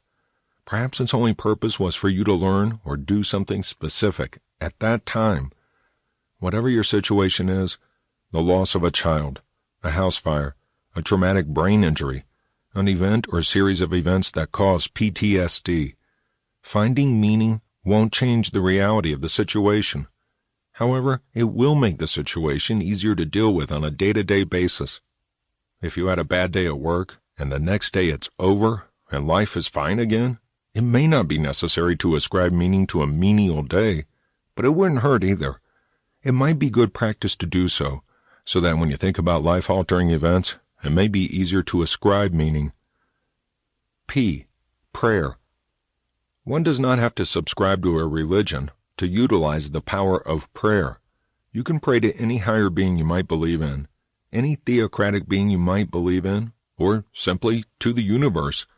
If you don't believe in any higher beings, including the universe, believe in yourself. You know you're going to get through whatever daunting task is ahead of you, because your survival rate of bad days is, thus far, 100%. Those are pretty good odds. So pray to your future self. Ask your future self how you got through this, whom you asked for help. The conversations between your present self and future self should take place in your head or when you're completely alone for several reasons. If others are around, you'll either earn yourself a trip to the psych ward or accidentally make friends with someone who should probably be there. Further, if you actually see your future self, there's a good chance you broke the space-time continuum, and if that's the case, please take the almanac back from Biff. He's destroying the world at an alarming rate. Pray to whomever, in whatever capacity works for you. Allow others to pray for you. More positive energy in the world with your name on it is never a bad thing. You may have a different religion from your friends and family, or none at all, but if they think they're helping, let them. Even if they actually practice witchcraft, what are the odds they're going to be able to hurt you? Or want to, if they can. Let people pray for you. Pray yourself, or meditate. Meditation is getting in touch with your spiritual side. You don't need to believe in any higher power to do that. R. Relaxation. Relax. Take a hot bath or a cold shower or whatever relaxes you. Lie in the grass with the warm sun on your back. Read a book on your back patio. Smoke a doobie on your porch, where it's legal, if you have a prescription for it. Walk your dog, and meditate. Do whatever activity helps you relax. Talk to your loved ones who have passed on in your mind. Call a friend. Watch a movie. Drink a glass of wine. Eat some chocolate. Have sex. Paint. Draw. Color. Use those adult coloring books for relieving anxiety and tension. No, not that kind of adult. The details are just so intricately designed that a child couldn't stay in the lines. Coloring has been proven effective in reducing stress. Take a yoga class. It's actual exercise, so dress accordingly. Or a yodeling class. Try a relaxing walk. Breathe deeply for a few minutes. Start a conspiracy theory. Get a massage. Get your hair done. Get a mani-pedi. Spend money you don't have on clothes you'll probably only wear once. Go to a bar. Watch a game. Go fishing. Play video games. Clean. Go to work to escape home. Go home to escape work. Go to a gun range. Go out with friends. Turn off your phone and close your blinds. Do whatever relaxes you. We tend to tense up during stressful situations, and our bodies go into a fight, flight, or freeze mode. Few people realize that freeze is a valid reaction, and we don't get to choose our reactions.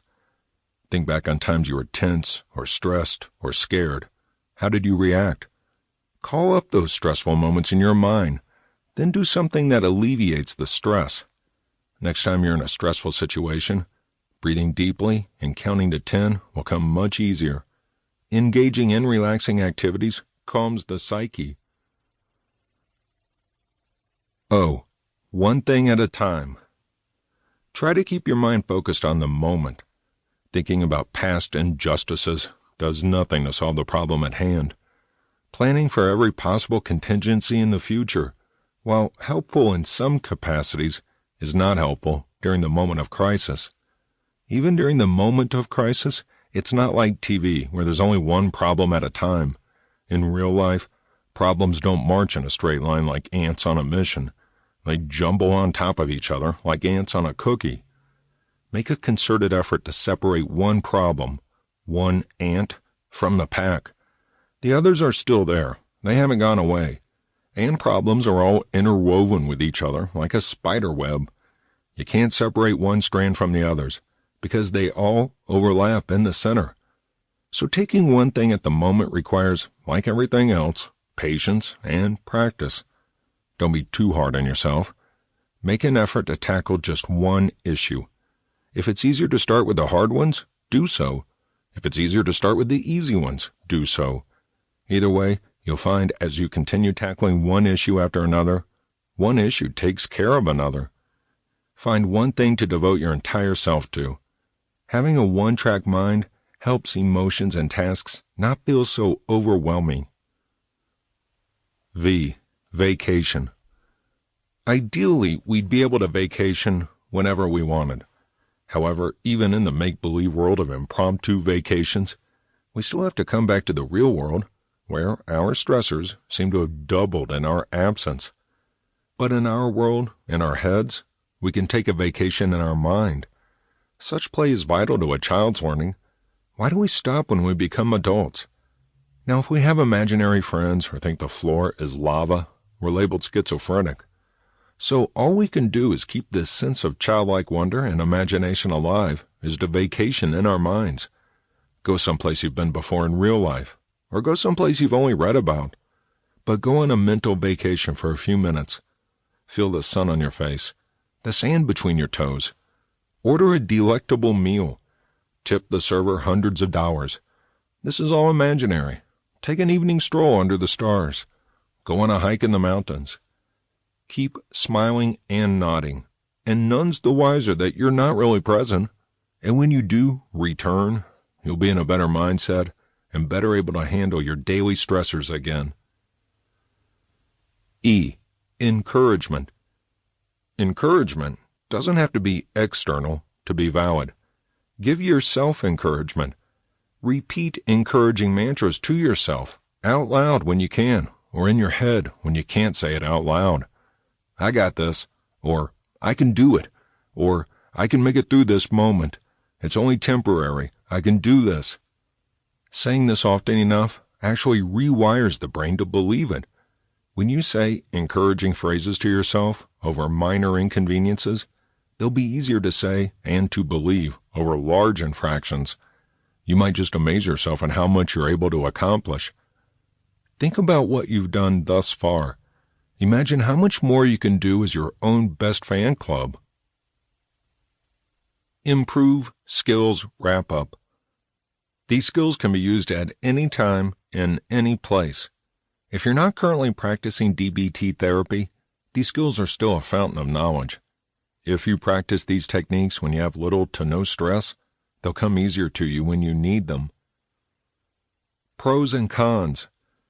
Every decision we make every day has both pros and cons. Every decision causes a domino effect of millions of other decisions, large and small. We can't be expected to know how each decision will affect every person in our circle, nor can we be expected to accept responsibility for their actions based on the domino effect of our decisions. When we are in our wise mind, decision-making is easier, more fluid. We still cannot see how our decisions will affect our lives next year, next month, maybe not even tomorrow. However, a pro and con list helps put us in our wise mind and helps us plot out the possible short-term outcomes of our decisions. Many people in a state of a crisis have the urge to self-harm. When you're in that state of mind, you won't be thinking about a pro and con list. To this end, it's imperative, like the improve list, that you practice them when there is no crisis so that you'll be better able to recall the skill when there is a crisis. For example, Make a pro and con list of something simple, just to get you in the habit. Taking the dog on a different route. Pros: I get to see new things. I get to meet new people. He might love it. Cons: he might take forever. I have to meet new people. He might hate it, but he's a dog, so probably not. This list gives us equal pros and cons, with about the same weight to either decision, the list leaning slightly in favor of pro. So go ahead and take the dog on a different route. Not all pro-con lists need to be written out, but it's a good habit to get into. If you self-harm in crisis mode, it's a good idea to be in the habit of writing pro-con lists. Firstly, it will distract you from the immediate urge to self-harm. Secondly, you can differentiate between behaviors that are absolutely horrible for you and behaviors that your body can tolerate. In this manner, you may eventually be able to stop cutting and trade it for lifting weights. Let's make an example pro-con list of 2 different behaviors. Cutting.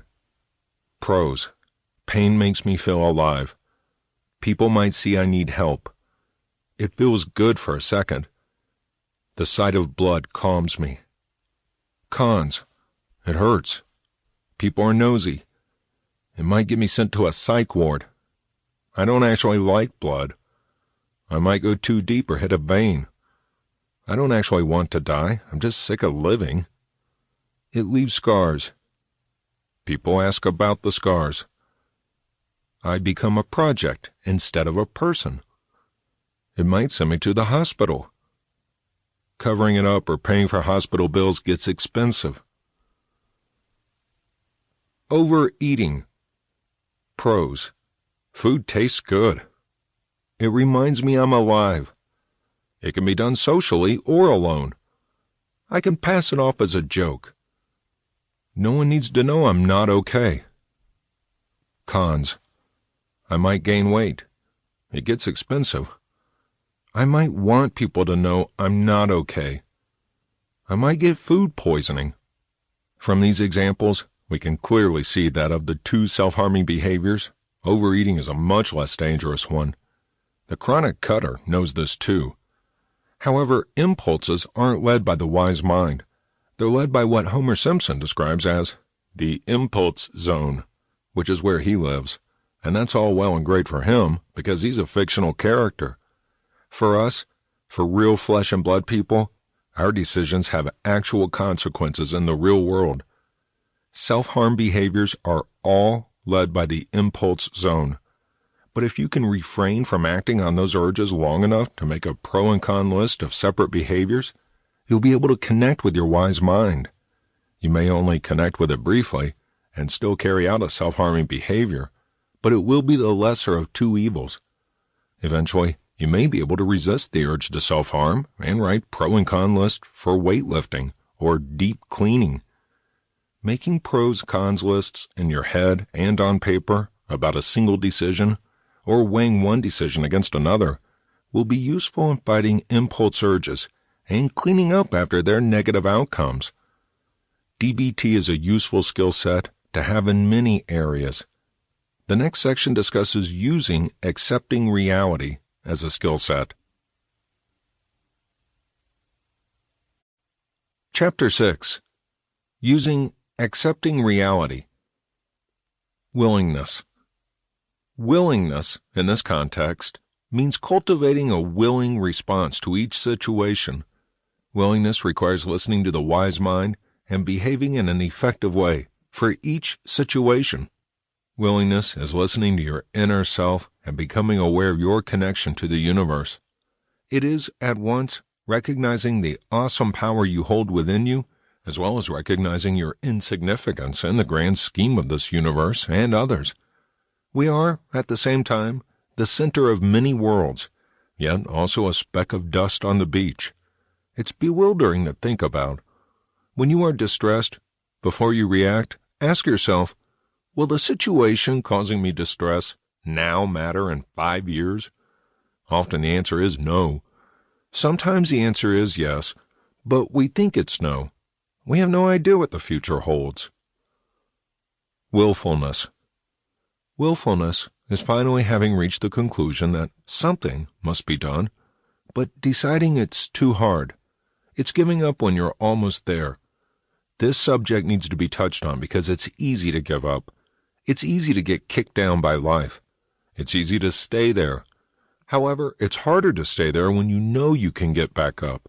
When the pain of stagnation is worse than the pain of change, you'll change. Turning of the mind. Turning your mind is the beginning of accepting reality. It's a fork in the road, but not both options are real and valid. One option is reality, and the other option is anything else. Sometimes our brains don't let us process reality in order to protect us. Sometimes we choose not to accept reality. And because we all look at the world through our own spheres and lenses, reality can seem to be a many-varied beast. In truth, it is a memory that is a many-varied, many-headed beast, but the reality is not skewed towards anyone's favor.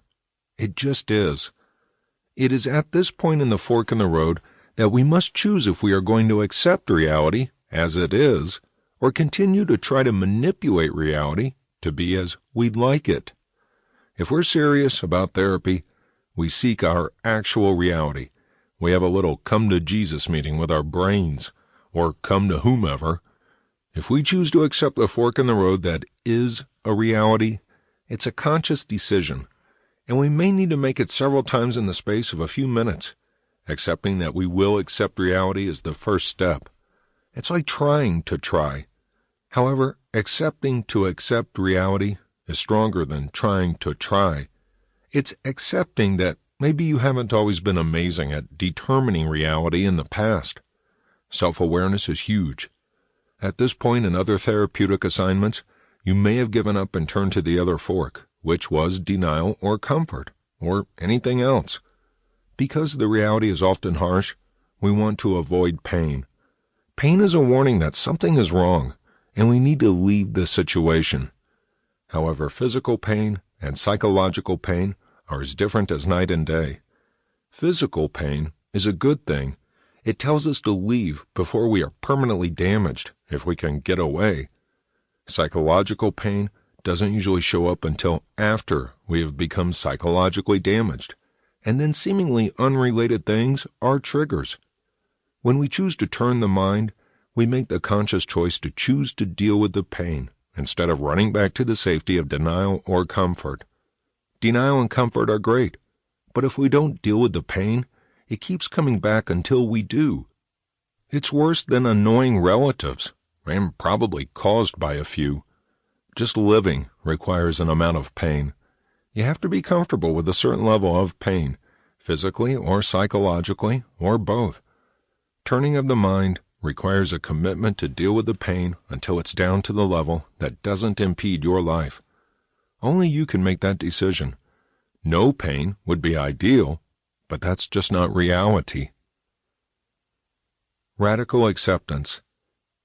Earlier we discussed radical acceptance in conjunction with mindfulness. Radical acceptance is nothing more or less than accepting what life has presented to a reality. Take this example. A woman is diagnosed with multiple sclerosis and attends support groups. She had to use a walker to get around. She mentions in one group that she's looking to buy a trailer home that already has a wheelchair lift. Her idea gets shot down immediately. If you think you'll end up in a wheelchair, you will. Don't think like that. Just think positive, a few of the group members say. Those 3 words have become the bane of her existence, and she mentally throat punches anyone who says them now. Thinking she will or won't end up in a wheelchair isn't going to stop the progression of a debilitating disease. Now, the idea of her being able to afford a home, even a trailer home, being able to take care of herself, that's far superior to what is now her reality, living in a retirement home at 38. But this is the best home she's lived in since she stopped walking at 35. Thinking you're going to end up in a wheelchair isn't being negative. In the woman's case, it was being realistic. Thinking you can't be a productive member of society from a wheelchair is thinking negative. So when bad stuff happens, and it does, you accept it as reality. That doesn't mean you have to like it, and it doesn't mean you have to stay in that situation forever. It means This is my reality now. What's next? If, after too many years, you finally realize you're in an abusive relationship, for example, you say, this is my reality now. What's next? And you plan for ways to get out of it, or you plan for ways for your kids to get out of it, or you retreat to safe spaces in your head until you can get out of it. But you do something. Radical acceptance is a bit of an oxymoron. It means accepting yourself just as you are, but at the same time, working on yourself to change self-sabotaging behaviors. Radical acceptance means letting go of how things should be and accepting them as they are. Ironically, radical acceptance is the first step toward real change. When you let go of an image, of a should be, you release judgment from that person or idea. When you let go of how you should be and accept yourself for who you are and who you are not, only then can you affect change. Only after you've released judgment from yourself. Radical acceptance also means releasing others of judgment.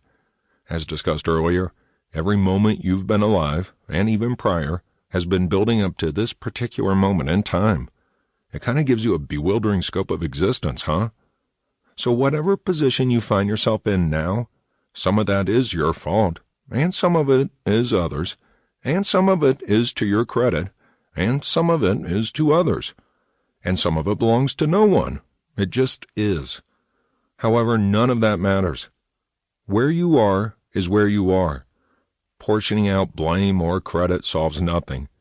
People are much more likely to portion out blame than credit, and much more likely to say they got to where they are with no help from anyone. That isn't true, and it's irrelevant. Radical acceptance means accepting that you were born into some privileges, and that people before you did pave your way. It's also accepting that not all of the shit in your life is your fault, and that maybe karma is a load of crock. Maybe not, but either way, it doesn't matter. Because now that you've accepted all of this, and you've released judgment from yourself and others, you say, I've accepted it. Now what? Now what indeed? Now that you've accepted that good things happen to bad people, and bad things happen to good people, and the world just keeps on spinning, you've reached a pivotal point in your life, and in your path to healing. Now what? Now you're at a crossroads. You can continue living as you have, accepting the reality of any situation, or you can cause some change in your behavior or mindset that will ameliorate the situation. You've accepted that it is a reality, but it doesn't have to stay in reality. Chapter 7. Emotion Regulation.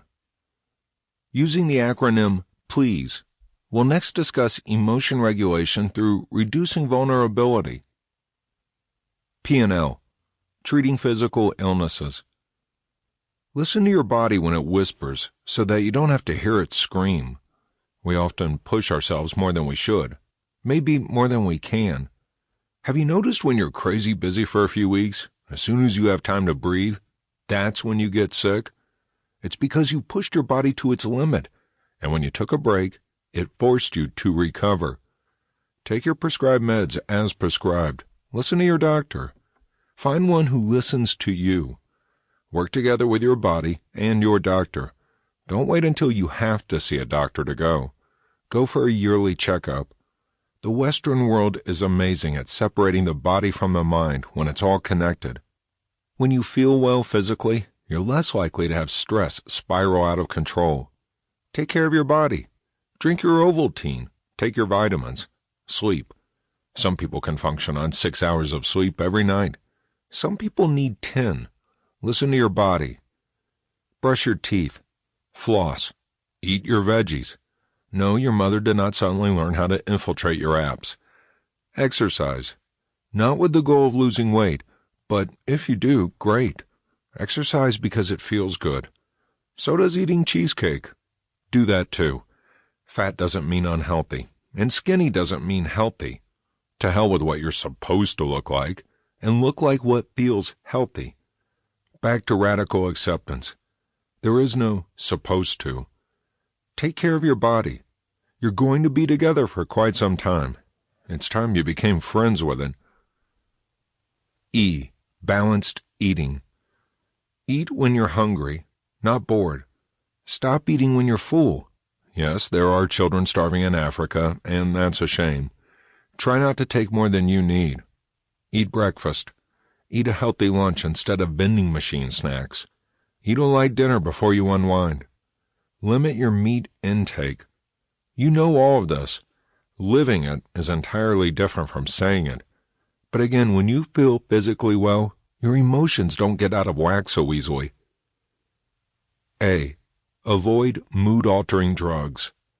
This really should go without saying, but when you're using mood-altering drugs, not prescribed by your doctor, not in a manner prescribed by your doctor, you're, altering your mood. That's going to mess your emotions up. That's kind of a given. However, what may need a reminder is that there comes a point when you can't control your emotions when you take drugs. There comes a point when you become addicted as well. Both of these points are scary points. To not be in control of your emotions is frightening for you and others. Know what your cutoff point of alcohol is as well. When you are inebriated, you're not making the best decisions, and "I was drunk" is a lousy excuse for an excuse. You're an adult now. You know what you're like when you're drunk. You know what your cutoff point is. Avoid going past that point. S. Balanced sleep. These all overlap with each other because taking care of our bodies is such a many-faceted ideal. If you need more sleep than what your work schedule or children allow, find a way to get more sleep. Just downing more caffeine is only a band-aid fix, and actually does more harm in the long run. Cut back on watching television, or go to work earlier in the morning so you can sleep earlier at night, or whatever works for you. Find a way to make it work. Stop procrastinating on projects. Listen to your body. E. Get exercise. If all you have time for is work, take the stairs instead of the elevator. Take a walk around the building after lunch. If you watch TV every night, swap a few of those nights for swimming or walking around the neighborhood. You really do feel better when you exercise. Build up to 20 minutes a day.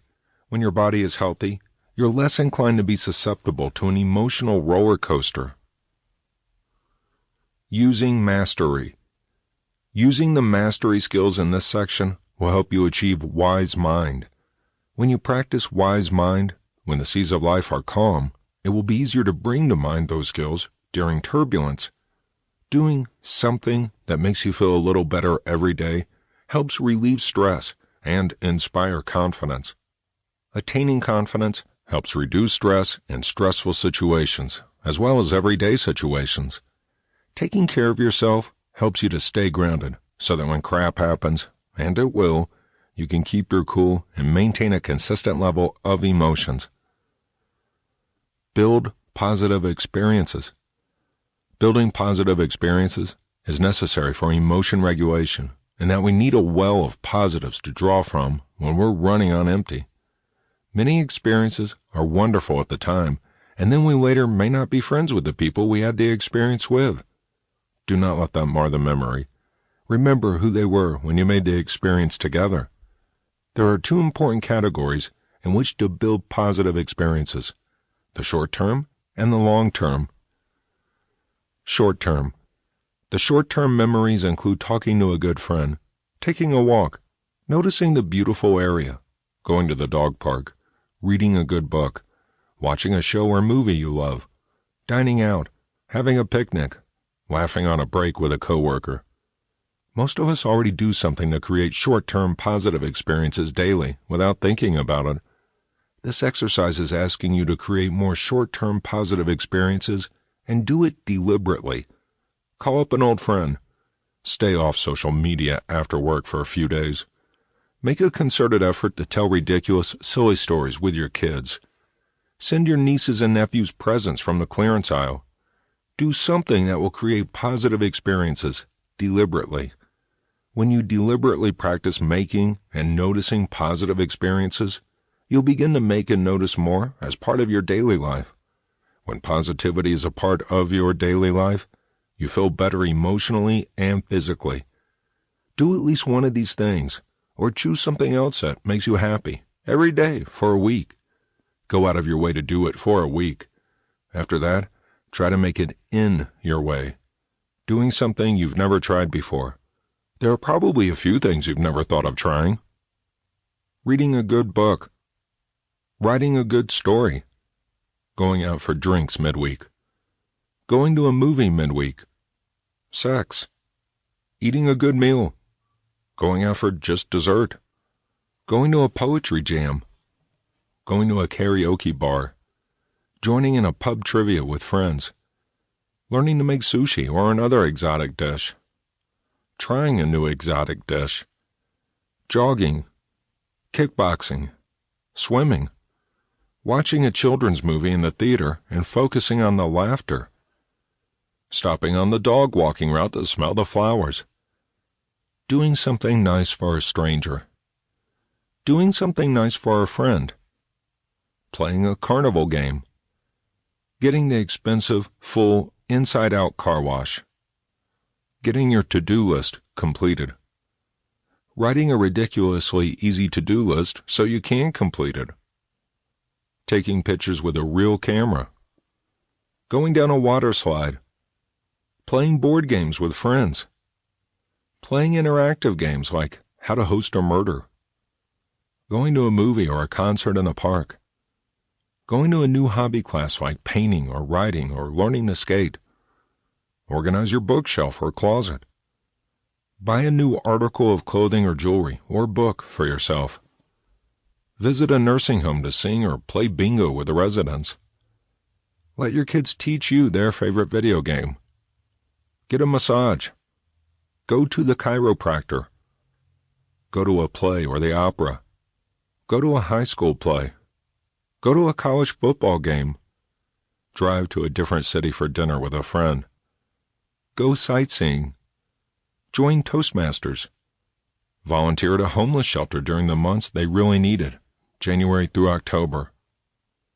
Carry homeless packs in your cars, gallon Ziploc bags with personal hygiene materials, feminine hygiene products, smokes, granola bars, bottles of water, socks, candy bars, stuffed animals, cash, gift cards to McDonald's, etc. Put them with blankets, coats, clothes you would have given away. Drive around the areas where there are homeless people and give these out.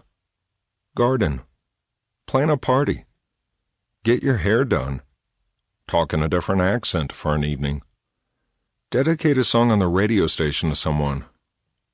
Write in your journal. Spend some time alone without television, radio, or internet. Just you and a cup of the beverage of your choice. Go out to lunch with a friend. Play volleyball. Play hide and seek with your coworkers and try not to go home when their eyes are closed. Sing in the car. Drive to the mountains. Roast marshmallows. Go to the sauna. Sit in a hot tub. Sit in a cold tub. Make a fort in the elevator at work with a sign that says, "No bosses allowed." Silently challenge the driver in the car next to you at a stoplight to dance off in your cars. Do a Chinese fire drill. What's the PC term for that? Keep a box of fruit snacks in your desk for anyone having a bad day. Song fight with your spouse. Convince a stranger you think you're a vampire. Call a radio station and tell them a funny story. Do a jigsaw puzzle. Ride a unicycle. Go to a museum or aquarium. Go to a psychic, just for giggles. Get a Reiki session done. Take a stuffed animal for a walk. Pretend to cry when anyone points out it's not real. Call a radio station and pretend to be a psychic. Google the DJ while you're talking and tell them all about themselves so they'll believe you. Go to a belly dancing class. Long-term. Long-term positive experiences are more goal-oriented, creating a life worth living. What are some goals that you would like to achieve? Write down a few specific goals. Break them down into subcategories. Money. 1. One common goal people have is money-oriented. Write down how much you like to save each month or put towards your debt. If you put it in a place you'll forget, or an IRA, individual retirement account, you can't touch, you're less likely to spend it. 2. Learn how to budget. Keep track of how much you spend versus how much you make. Keep track of all your expenses. See where you can cut back. Itemize your spending as you go. Keep it on your phone until you put it into a spreadsheet. When tax time comes, you already know how much you spent on medical supplies or work-related expenses. Use your debit card instead of your credit card. Then you're only spending what you have, and if you don't keep your receipts, everything is on your bank statement anyway. 3. Get out of debt as much as possible. You may always have debt for education, health, and home. Go America! But you can pay off your credit cards and chip away at the others. Unless you get total and permanent disability, then no more student loans. But if you do it on purpose, it's apparently a fraud. 4. Save as much as possible. Save by packing your own lunch instead of eating out. Put that in a jar. Use those coins when your kid needs shoelaces or something. After a while of paying with change, you forget you ever had any dignity. It's cool. 5. If your job offers a 401k, take it immediately. The 401k follows the person, not the job. If your job offers overtime, do it. Pick up shifts. Show up in your uniform and ask who wants to go home. When a couple complains that they don't know where their waitress is, promise to take care of them yourself, because she clearly doesn't value her customers. Then pocket that $20 tip and yell at yourself in the mirror. Find little tricks to make your job and your screw-ups work for you. Relationships. 1. Repair a relationship. If you have a relationship in your life that you feel must be repaired in order for you to move on with your life, you may have to take the initiative. You may have to make the first move, offer the first apology. Not a fake, "I'm sorry you feel that way" apology, but a sincere, "I'm sorry I treated you that way" apology. Not even a half-sincere apology. "I'm sorry I treated you that way, but you deserved it, and here's why." Let that second half come about if they accept your apology, and you can open a discussion. 2. End a relationship. Not all relationships can be saved, and not all should be. If you have offered a sincere apology and have been rebuffed, it may be time to cut your losses and move on. It may be sad for both of you, but some relationships, while once were good, over time have become toxic for one or both parties. If this is the case, you might try one last-ditch effort, and then you should actually ditch it. If they come back, you'll see how you feel at that time. If it's something you want to renew, some relationships are better off dead. Reviving those is the true zombie apocalypse. 3. Create new relationships. A. The older we get, the harder it is to create new relationships. We have to actually go out of our comfort zones to meet new people. Talk to people at your bowling league. Start a bowling league. Talk to new people at functions you do on the regular, like church, or kayaking, or suing people, or even family reunions. B. Go to weekly things. Join Toastmasters. You'll migrate towards the same people each week, but how much do you really talk to them? Get to know someone, more than just surface level. Ask probing questions like, if you invented a superpower, what would it be? None of this already invented superpower business. That's boring. You can travel to the past, before a huge disaster, with the ability to warn people, but you might get stoned or burned as a witch. Or you can travel 20 seconds into the future every day. Which do you choose? 4. Work on current relationships. A. Work on maintaining the relationships you have. Keep the status quo, or change it. The status is not quo. Develop deeper bonds with people. Do you really know their hopes and fears and wishes and dreams? B. Go out of your way to stay in touch. Most friendships are built on convenience, when it's convenient for both or all parties to talk or hang out. Texting is a great way to let them know you're thinking about them, and they'll respond when they can. It's also a great way to miscommunicate, but that can be done in any medium. Positive mindfulness. 1. Be mindful of positive experiences. Practicing mindfulness while you're doing something you enjoy helps to savor the moments. Stay focused on the positive experience and refocus your mind as often as necessary. This will get you in the habit of mindfulness and focusing on the positive aspects of the day or the moment. The more we focus on something, the more we notice it. That's just how our brains work. That's not to say it is actually more prevalent, but it is certainly more prevalent in our minds, which is where we have to live, so we may as well learn to enjoy the company. 2. Be unmindful of worries. Distract yourself from thinking you don't deserve this happiness, or when the positive experience will end, or what chores need to be done elsewhere. Distract yourself from thinking about what awaits you at the end of the positive experience, or worrying about how much money you're spending on it. If you're at the circus, for example, instead of thinking, I don't deserve to be enjoying this, focus on your surroundings. Children laughing, cotton candy, the rides, the clowns. Unless you have a deep fear of clowns, you might not want to focus on them then. Damn you, Stephen King. 3. Practice. There is a lot of material in this section, and no one expects you to conquer it overnight. You shouldn't either.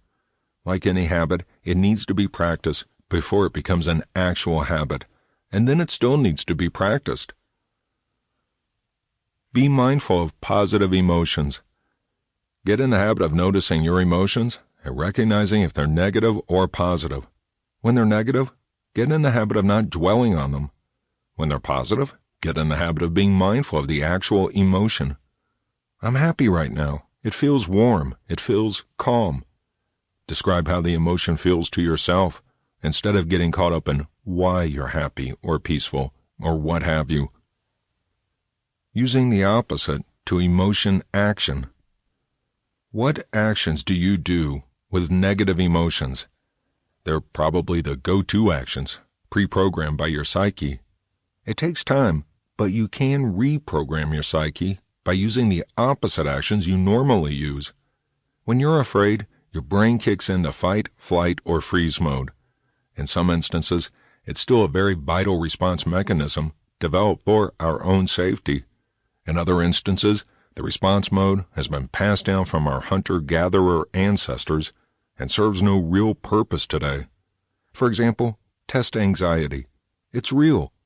However, a test doesn't present the need for a fight, flight, freeze response that imminent death, beating, rape, a car accident, or a full-grown saber-toothed tiger would pose. However, the reaction is still the same, and we don't get to choose our subconscious reactions, but we do choose our conscious actions. In the test anxiety example, try giving yourself many practice tests to lose anxiety. Perhaps your fear is roller coasters. Go more often with someone you feel safe with to desensitize you. Try to desensitize yourself to the fear. If your fear is clowns, go to McDonald's more. No need to hang around real clowns. Those freaks will eat you in your sleep. If your reaction to anger is to yell and throw things, step away from the situation that makes you angry and work on breathing exercises. Unless you're driving, then just work on breathing exercises. If a particular person or politician makes you angry, try to find the small amount of truth they may have said in order to gain sympathy or empathy, or at the very least, not hatred. Scratch that. Turn off the television. Work on that with a real person in your life rather than a politician. If your go-to reaction to sadness is self-isolation, take the opposite approach. Get out in the community and volunteer. Go out with your friends. Go to an ice cream store by yourself just to get out of the house and have some ice cream. If you're feeling shameful, the first question to ask yourself is, why am I feeling like this? Is it because you did something you're ashamed of? Admit it to yourself and your haters, then move on. The longer you deny it, the longer it draws out the feeling and adds further negative emotions to it, like anger. If you've done nothing wrong, but are being dragged through the mud for pointing out someone else did, welcome to the patriarchy. Even males can be oppressed by it. Just hold your head high and live your life. People will soon see who you really are, and those who don't see it often filter out. Let them. Guilt works in many ways the same as shame. If you need to offer a sincere apology, do so. Your refusal to do so, whether it's accepted or not, whether they've offered one or not, whether they actually deserved whatever action you need to apologize for or not, that's all irrelevant. Your refusal to do so only draws the time out longer and drives the wedge in further. The opposite reaction works best when the emotion does not fit the scenario. If you should be angry at something, it's still best to breathe deeply and assess the situation calmly. However, the other person is allowed to know you're angry. If your anger motivates you toward positive change, so much the better. Chapter 8. Interpersonal Effectiveness. Using Objectiveness, Effectiveness. Dear Man. D. Describe. Describe the event using facts only. Do not use emotions. Let it speak like a police report if you do use emotions. Patient seemed upset. It works better to sound like a police report if you talk in the third person. However, don't take this habit in the real world. That's just confusing. Don't make a request or dry beg. Dry begging is saying obnoxiously passive-aggressive things like, I really need $30, or, wow, that cake looks good. I wish I had some. The best response to dry beggars is, yep, you do. Or it could be, yep, it is. If they really want it, they'll get around to asking like an adult. It might go like this. Say you're from a religious family, and your teenager decides not to go to church. You might reply, I've noticed you don't like church. Let's discuss the options of staying home. This is important so that the other party understands clearly what the situation is before you ask anything, entreat, or make an executive decision. E. Express. Express yourself with I feel or other I statements. These types of statements help the speaker take accountability and prevent the listener from immediately going into defense mode. Let's go back to the teenager staying home from the church example. Now you might say something like, I feel like you should believe what I believe, but I know that you're your own person, separate from me, and I can't force my beliefs on you. I would like you to come to church with us, because my worry is you won't be productive at home. This is important so that the other party understands where you're coming from when you express how you feel about the situation you've just described. A. Assert. Assert your position by either directly asking for what you need or stating your position clearly. Don't beat around the bush. Don't use euphemisms, and don't hesitate to the point of losing the other party's interest. To continue with the example, let's assert our decision for our hypothetical teenager. I understand that you don't want to come to church with us, and you are old enough to stay home alone. So if you choose to stay home instead of attending church, you will prepare dinner and set the table and have everything prepared for us to be able to eat when we return. And you will make enough in case we invite people over unexpectedly. If you are unable to complete this chore and thus be productive for the whole family while we are at church, you will come back with us, even if you don't believe it. This is important because ambiguity creates miscommunication in relationships, and that is the biggest source of contention. Be unambiguous. Set the boundaries now. If you're making a request, it must also be unambiguous, maybe even a little lawyerly. For example, you might say, can I please borrow your car from Sunday to Tuesday? I'll return it by 7 p.m. with a full tank of gas and a wash. The other party might have other caveats, such as, yeah, but it overheats, so don't go over 55 miles per hour, or over 55 miles away. And my tags are expired, so avoid cops, or renew it for me. In which case you might say, you know what, I can take the bus. Thanks, though. R. Reinforce. Make sure the other party knows why they should grant your request, or acquiesce to your conditions without a fight. Because I said so is not a valid reason. Most people reciprocate naturally. In the teenager example, however, it may not be so natural. Let them know that something's in it for them. You might say something like, "You get to stay home from church on the condition that you are productive at home. Since you don't like church, and I don't like cooking after church, it's a win for both of us." Or in the example with the car, it might sound like this. "I actually need to drive to a different city for a few days, but I can't rent a car because of XYZ. So I'll get your car diagnosed for you, and if I can't afford to fix the overheating problem, I will. If not, I'll see if anyone else can part with their car for a few days, or find another solution." In both examples, the other party can clearly see that they have nothing to lose by accepting your request, and everything to gain. This is important because relationships are built on reciprocity. When one party feels slighted occasionally, it's not a big deal. But if one party feels slighted more often than not, they will most likely end the relationship. M. Mindful. Stay. Stay focused on the conversation. If you're answering a text, they have no reason to listen to you. If they're answering a text, that's out of your control, but you can keep your mind on the conversation instead of what they're doing. If they become defensive, notice what you may have said wrong. Apologize if necessary, even if it's just to get them back on track. This is important because it's too easy to go off track and lose focus, especially in an uncomfortable situation where the other party might be looking to pick a fight. If you go off on tangents, whether they be to sing and dance because some said a song lyric, or to fight, or because one of you saw a squirrel, you have less of a chance of getting what you want, especially if you're the one singing and dancing, or chasing squirrels. Let's go back to the hypothetical teenager. Your teen may interrupt you to tell you that they've been cutting church every week with their friends from Sunday school anyway, so there's no point in going. You may have to repeat yourself a few times, especially if you're letting them stay home as long as they're productive, as they may not believe their ears. Again, repeat yourself as often as necessary, and if you have a real kid, you've done that a few times already this morning, and bring the conversation back to the topic.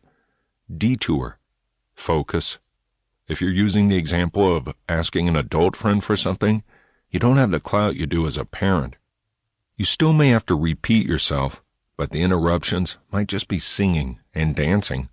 You might say something like, "I understand you don't like church, and you cut Sunday school anyway, but you get some out of it every week if you continue going, and I would like that." Or, "If you're going to stay home, you'll need to cook for us, and I'll take the added precaution of changing the Wi-Fi password every Saturday to make sure you'll be productive. If you can prove that you are, that you don't have friends over, that you cook and clean as you go, I'll stop doing that." A. Appear confident. Appear confident no matter how you actually feel.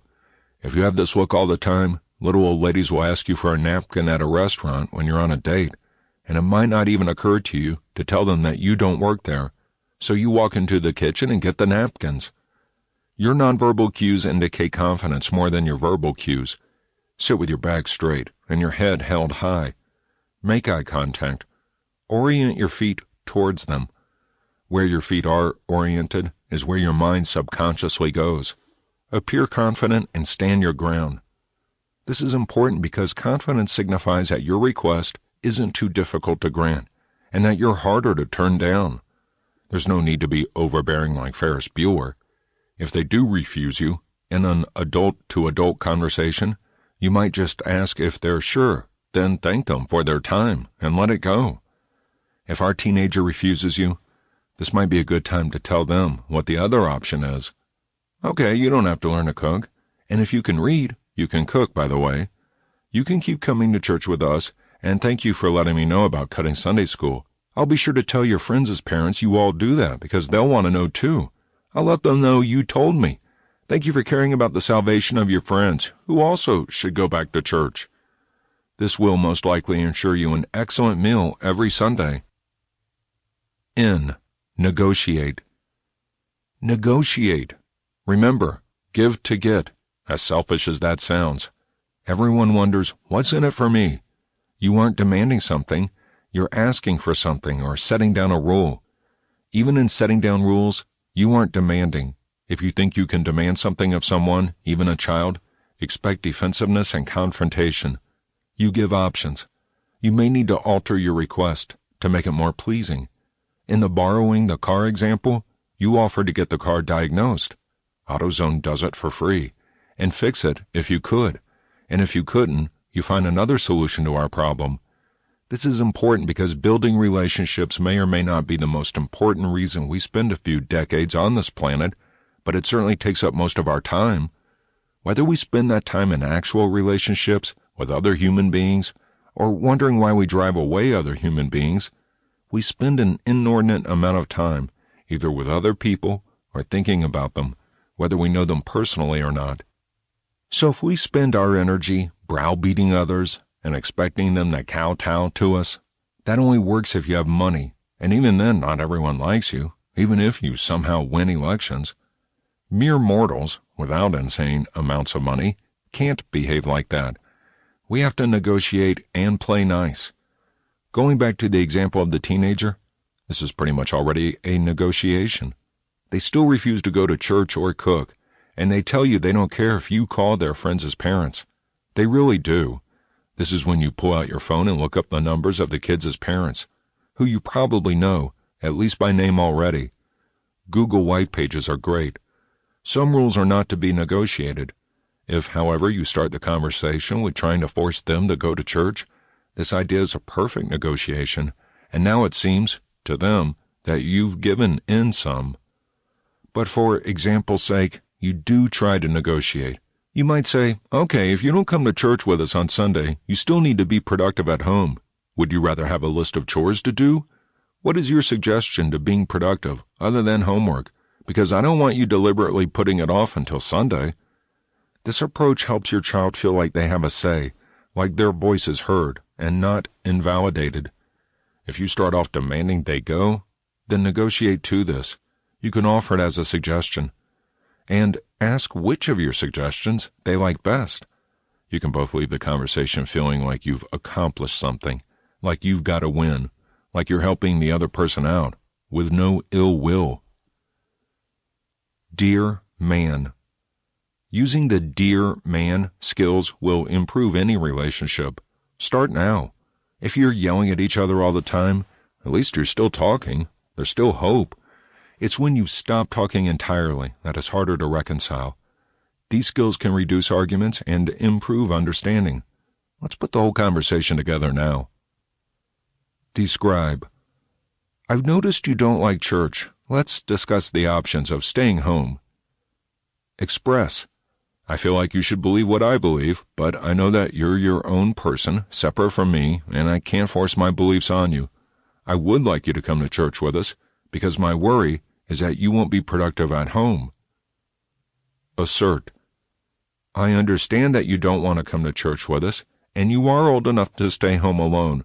So if you choose to stay home instead of attending church, you will prepare dinner and set the table and have everything prepared for us to be able to eat when we return, and you will make enough in case we invite people over unexpectedly.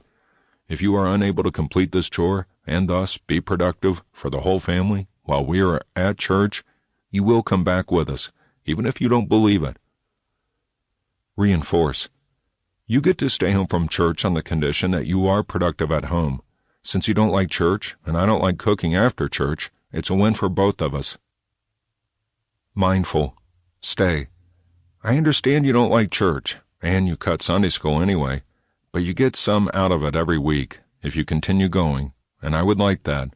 Or, if you're going to stay home, you'll need to cook for us, and I'll take the added precaution of changing the Wi-Fi password every Saturday to make sure you'll be productive. If you can prove that you are, that you don't have friends over, that you cook and clean as you go, I'll stop doing that. Appear confident. Okay, you don't have to learn to cook, and if you can read, you can cook, by the way. You can keep coming to church with us, and thank you for letting me know about cutting Sunday school.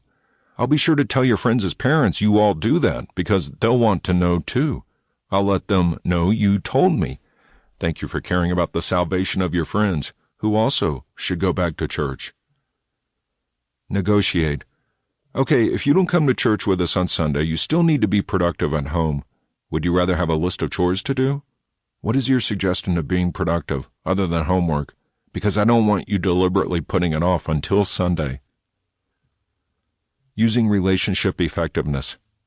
Give. Give is the DBT acronym used for obtaining and maintaining relationships. This is difficult for many people, but more so with people living with mental illnesses. G.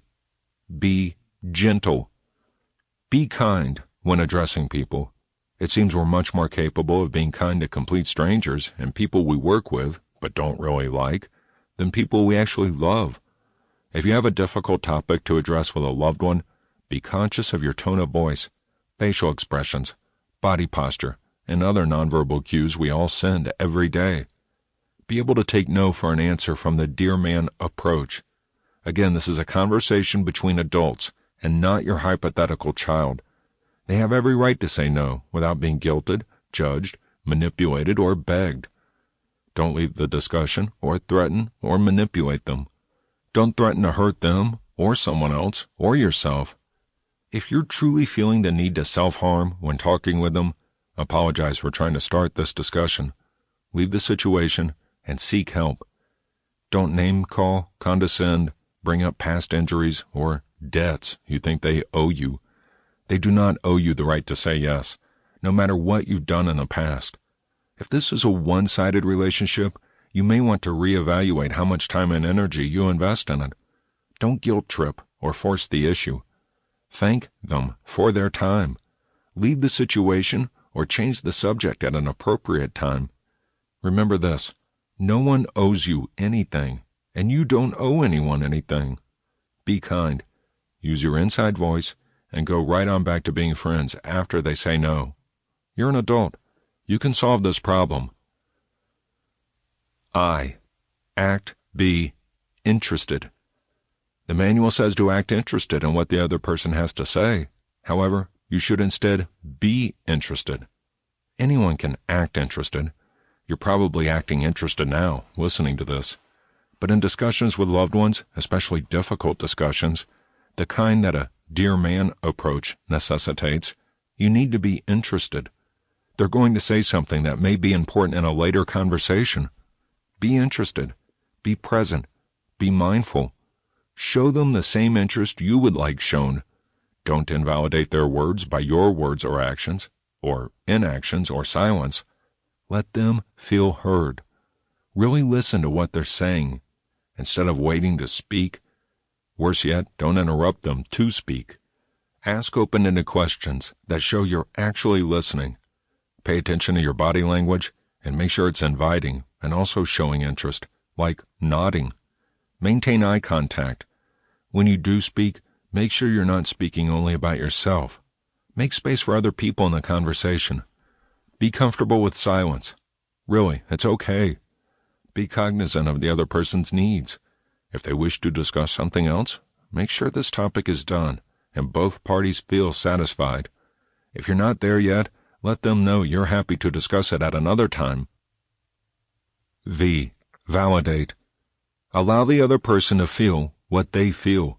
Don't tell them how they should or shouldn't feel. Don't tell them they're just talking like a debater when they make good points, as if that fact invalidates their argument.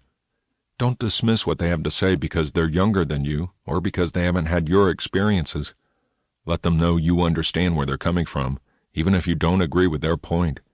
I totally understand why you think that now. Thank you for explaining it like that. I still don't agree, but I'll stop trying to change your mind on the matter. Try to determine what part of your request the other person is uncomfortable with. I know you're busy, but I'm not in a rush. Or, I didn't know your car was such a piece of crap, and that's why you work from home. I'll figure out a way to rent a car. Even without conflict, this is an important interpersonal skill to learn. Everyone likes to feel validated and heard. Everyone likes to know they matter in a relationship. Validating other people is one of the most necessary facets in relationships of trust. E. Use an easy manner.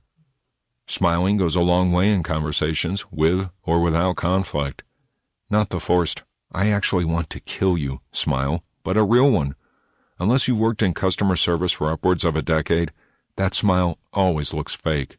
If you have, you're a natural. You can fake smiles to the best human lie detectors around. A little humor goes a long way too. If you tell a joke and it falls flat, blame it on your dad. That was one of my dad's worst dad jokes. Actually, it might have been his best. He's an accountant. If you say something serious and they all look at you weird, then you were kidding. I'm kidding. When you look at me like that, I'm kidding. Offer a sincere compliment. If you can't think of one, tell them you're jealous of their clean criminal background. If you don't have a follow-up story for why you'd say that, you were kidding. When they look at you like that, you were kidding. Lighten up the situation with a little self-deprecating humor. Really, that stuff is the best. If nothing else, just smile and nod and give them a little more attention. Make them feel special. Self-respect effectiveness. FAST. FAST is about maintaining self-respect during conflicts. You may have had the role of doormat for way too long. You may have the role of the youngest, the baby, and thus always treated as such, no matter how old you are. Set healthy boundaries, even late in the game. Maintain your self-respect. This is possible, even with the self-deprecating humor, if you've set healthy boundaries. You'll want to use these skills in sequential order, then all together. F. Fair. Be fair to yourself and others. Those with borderline personality disorder usually also have anxiety and depression. Mental illnesses are like potato chips. You can't have just one. One of anxiety's favorite pastimes is to make every decision, action, reaction, everything that happens, completely catastrophic, apocalyptic, no coming back. It's great fun. Here's a little trick. Name your anxiety. Use a fictional character you hate. If you use a real person you hate, it'll increase your anxiety. When you get these crazy end-of-the-world scenarios building up, say, Umbrage, go away, or whatever you named it, that helps to separate yourself from the anxiety and helps you recognize you're not freaking out. Your anxiety is. Be fair in both thoughts and actions. Instead of thinking the other person is the worst person on the planet, or you're the dumbest person ever born, redirect your thoughts to something fairer, then focus on the subject again. Find the elements of truth in their argument. Ask clarifying questions if you can't. Get to a point where their argument makes sense to you. You don't have to agree with it, but now you understand it, and you may even agree with elements of it. A. No apologies. This isn't to say don't apologize when you're in the wrong.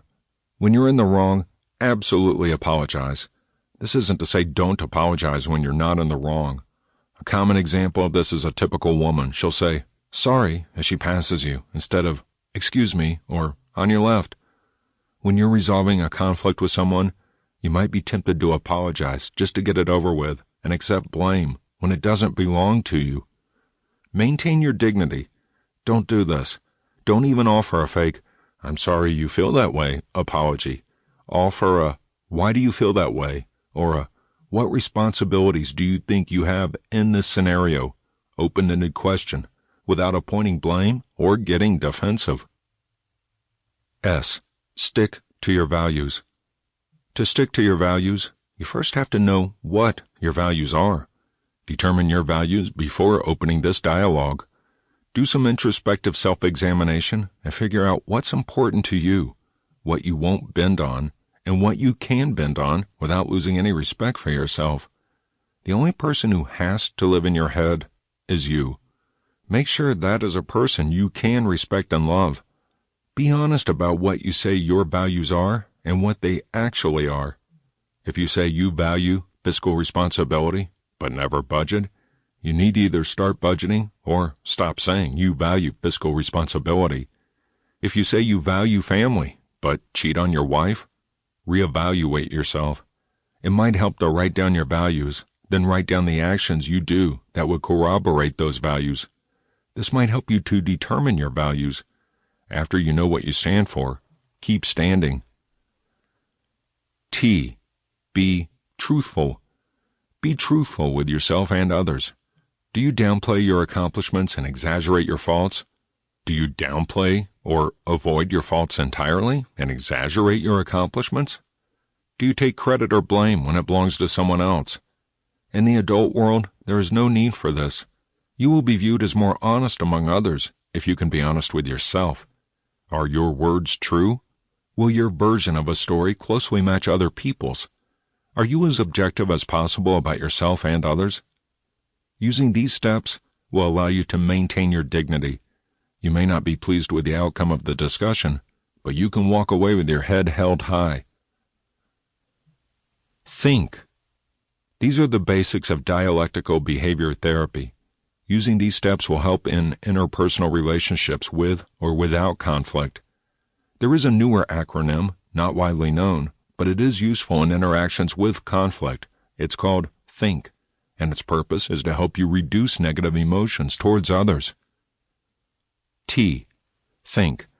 Think about the situation from all angles. Think about it from the other person's point of view. Try to step into their shoes. Do they view you as unreasonable as perhaps you view them? Listen to the words coming out of your own mouth with an objective mind. H. Have empathy. This is where you really try to walk around in their shoes, as Atticus Finch would say. What else is going on in their lives that might make them behave like this? Their behavior towards you might not be entirely about you. What does it feel like to be them?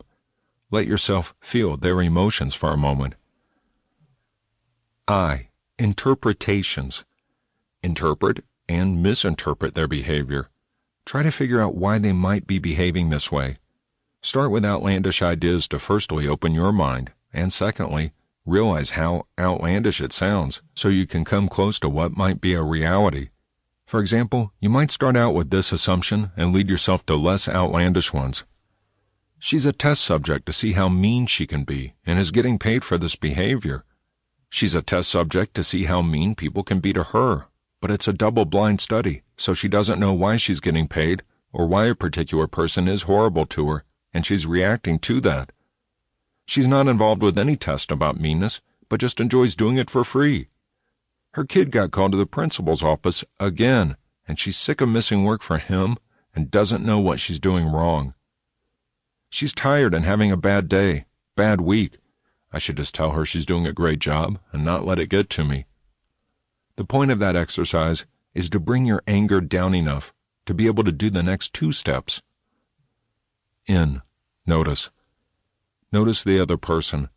Notice if he or she looks tired instead of angry. Notice if he or she has a lot on their plate. Notice if you are inadvertently adding more.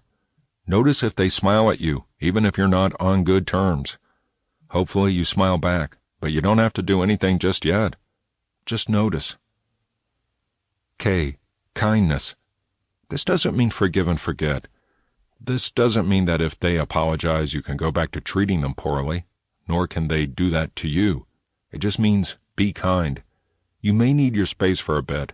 Instead of saying, leave me alone, I don't want to talk to you, try saying, what you said really hurt and I need some time to process it, so I need some space for a little bit, please.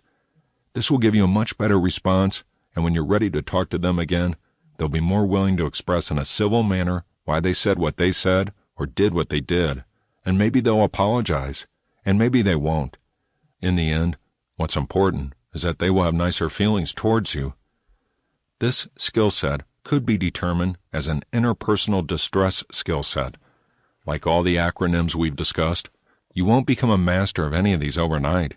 They all require daily practice and self-reflection. There's one more thing to add to this extensive list of improving interpersonal relationships. It's not an acronym, and it's not found in any text read during a master's degree in interpersonal communications. It's THANK. Just thank the other person for something every day. It might be small. It might be something they should do because they live there too. If, for example, your husband takes out the trash every day, start thanking him. If your wife is a stay-at-home mom, start thanking her for the million thankless things she does every day.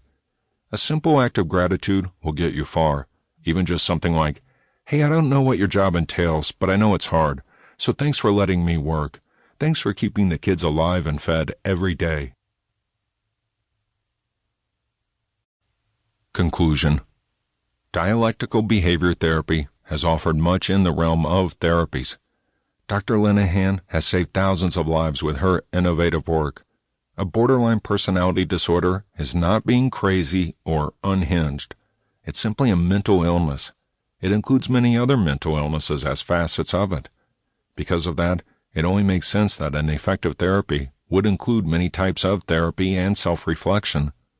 Mindfulness is probably the most important aspect of DBT because we have been trained not to be mindful. We're like ants scurrying around. Hurry, hurry, hurry, but going nowhere. Mindfulness forces you to focus on the present. Ask yourself, am I treading water? Am I at the bottom of a rung I do not want to be on, or the middle of one I don't? When you choose mindfulness, you look at your life for a moment. Your questions aren't all going to be answered in one moment of mindfulness. It's something that must be practiced every day. DBT is an excellent medium for learning skills of mindfulness and interpersonal relationships. When therapy is complete, you've acquired an outstanding toolkit of skills to reach from in any situation. Our entire lives are our memories and our interpersonal relationships. Because DBT focuses on mindfulness and interpersonal relationships, it is one of the most effective types of therapies. When we're mindful, we're creating memories. We're technically creating memories when we're not mindful as well, but not memories of what's actually happening. In summary, by practicing the skills of DBT, we create memories and interpersonal relationships. And having good memories and relationships is what makes a life worth living.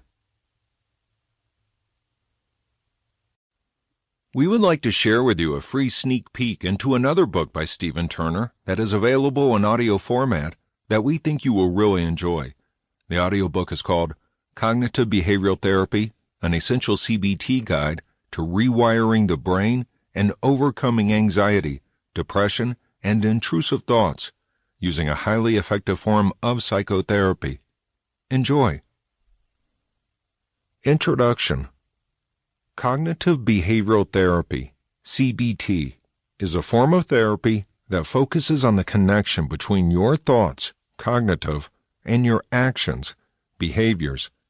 CBT works based on the concept that your thoughts about various circumstances stimulate how you feel emotionally and physically towards those circumstances. In most cases, these feelings CBT works based on the concept that your thoughts about various circumstances stimulate how you feel emotionally and physically towards those circumstances. In most cases, these feelings are neutral or positive. However, they can also be negative and destructive. For those experiences, CBT seeks to use the power of cognitive restructuring and behavioral implementation to support you in experiencing freedom from your destructive feelings and behaviors. CBT was originally proposed in the 1960s by Dr. Aaron T. Beck, who was a psychiatrist at the University of Pennsylvania. Dr. Beck studied and practiced psychoanalysis and had conducted several tests on the psychoanalytic of patients who were suffering from depression.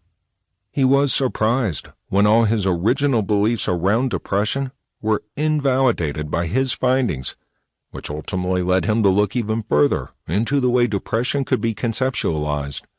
What he found was that patients who have depression experience streams of negative thoughts that arise spontaneously within their minds. Dr. Beck called these cognitions automatic thoughts. From there, he went on to discover ways to begin evaluating these automatic thoughts and coached his patients through thought-based practices that were used to combat the automatic thoughts and restore peace within the brain. This went on to become what we know as cognitive behavioral therapy. CBT is an evidence-based psychological treatment that works on the foundation of thoughts and behaviors. This is not about thinking positive so that you can feel better. CBT is about strategically adjusting your thought processes so you can adjust the way you feel about things, thus helping you have less intense responses to the world around you. It works in a very specific manner and requires consistent implementation for it to be effective in helping you treat your behavioral concerns, such as anxiety, depression, PTSD, anger, and even procrastination.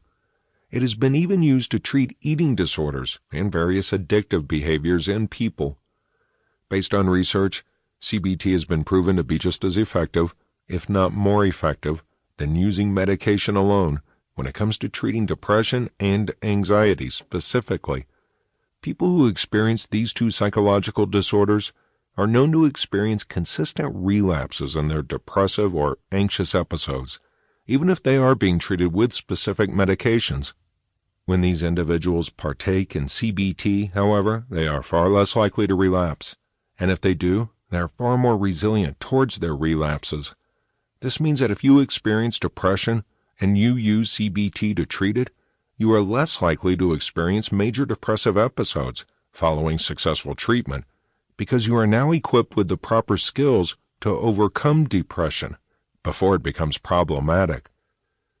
If you are ready to begin living a life free of the problematic symptoms of your anxiety or depression, cognitive behavioral therapy will show you everything you need to know to understand CBT and begin implementing it in your own life. Be sure to take your time and listen to this audiobook in the order that it has been written to successfully treat yourself with CBT.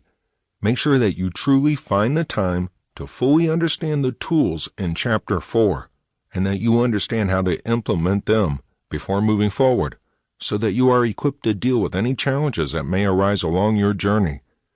This will ensure that you are ready to embrace the entire journey and are successful in your efforts. Part 1. Clarifying the problem and setting goals. Chapter 1. Identifying the problem. You think more than 70,000 thoughts every single day. Your thoughts are a constructive tool developed by your mind to support you in interpreting the world around you, making sense of what is happening, and interpreting events taking place in your environment. The number of thoughts that you experience in a day is so high that you likely don't even realize that you are actively thinking most of the time. While you experience it happening, you are most likely not staying consciously aware of your thoughts' processes and patterns and what they are telling you. As someone who is seeking to experience healing within your mind, it is important you realize that your thoughts are not factual statements regarding the world around you or the events that are taking place. Instead, they are merely interpretations. The reality is that your thoughts are actually electrochemical impulses that take place within your brain. This means that the thoughts and emotions you experience in response to the world around you are not factual representations of the world around you, but instead representations of your perception of the world around you. For example, if you were in an environment that was dark and had few people around, you might interpret that environment to be a dangerous place. However, if the environment were, in fact, safe, then the only reason it would be considered dangerous is that you have perceived it to be that way, not because it actually is. What you think about something is the foundation upon which emotions are created, not what that something actually is. How each individual person thinks about the world around them and what emotions arise from various experiences or situations depends on many different factors. Things such as your previous experiences, your culture, your upbringing, any religious beliefs that you might have, and your family's values all impact how you interpret the world around you. Because of this, not everyone is going to interpret the world in the same way. If you were to take two people from different backgrounds and put them together in the same environment, the chances are they would each have completely different emotional responses to the world around them. The reality that thoughts are not factual and that we all experience different thoughts and emotions in relation to our environment proves that we cannot assume that everything is exactly as we believe it to be. In doing so, we may wrongly interpret our environment and behave in a way that is completely inappropriate to the said environment. This either causes us to create a negative experience between ourselves and someone else, or simply within ourselves. For example, if you were to enter an environment that you perceived as unwelcoming, you might be rude or withdrawn from others in that environment and find yourself feeling extremely uncomfortable and struggling to create connections with others. Alternatively, you might find yourself experiencing intense anxiety or discomfort because your belief of the environment has you feeling as though you are unwelcome, even if you truly are welcomed and wanted. If you want to listen to the entire book, search for the title, Cognitive Behavioral Therapy, an Essential CBT Guide to Rewiring the Brain and Overcoming Anxiety, Depression, and Intrusive Thoughts, using a highly effective form of psychotherapy, or just Stephen Turner on Audible or iTunes, and you should be able to find it. This has been Dialectical Behavior Therapy, the ultimate guide for using DBT for borderline personality disorder, difficult emotions, and mood swings, including techniques such as mindfulness and emotion regulation. Written by Stephen Turner, narrated by Sam Slidell. Copyright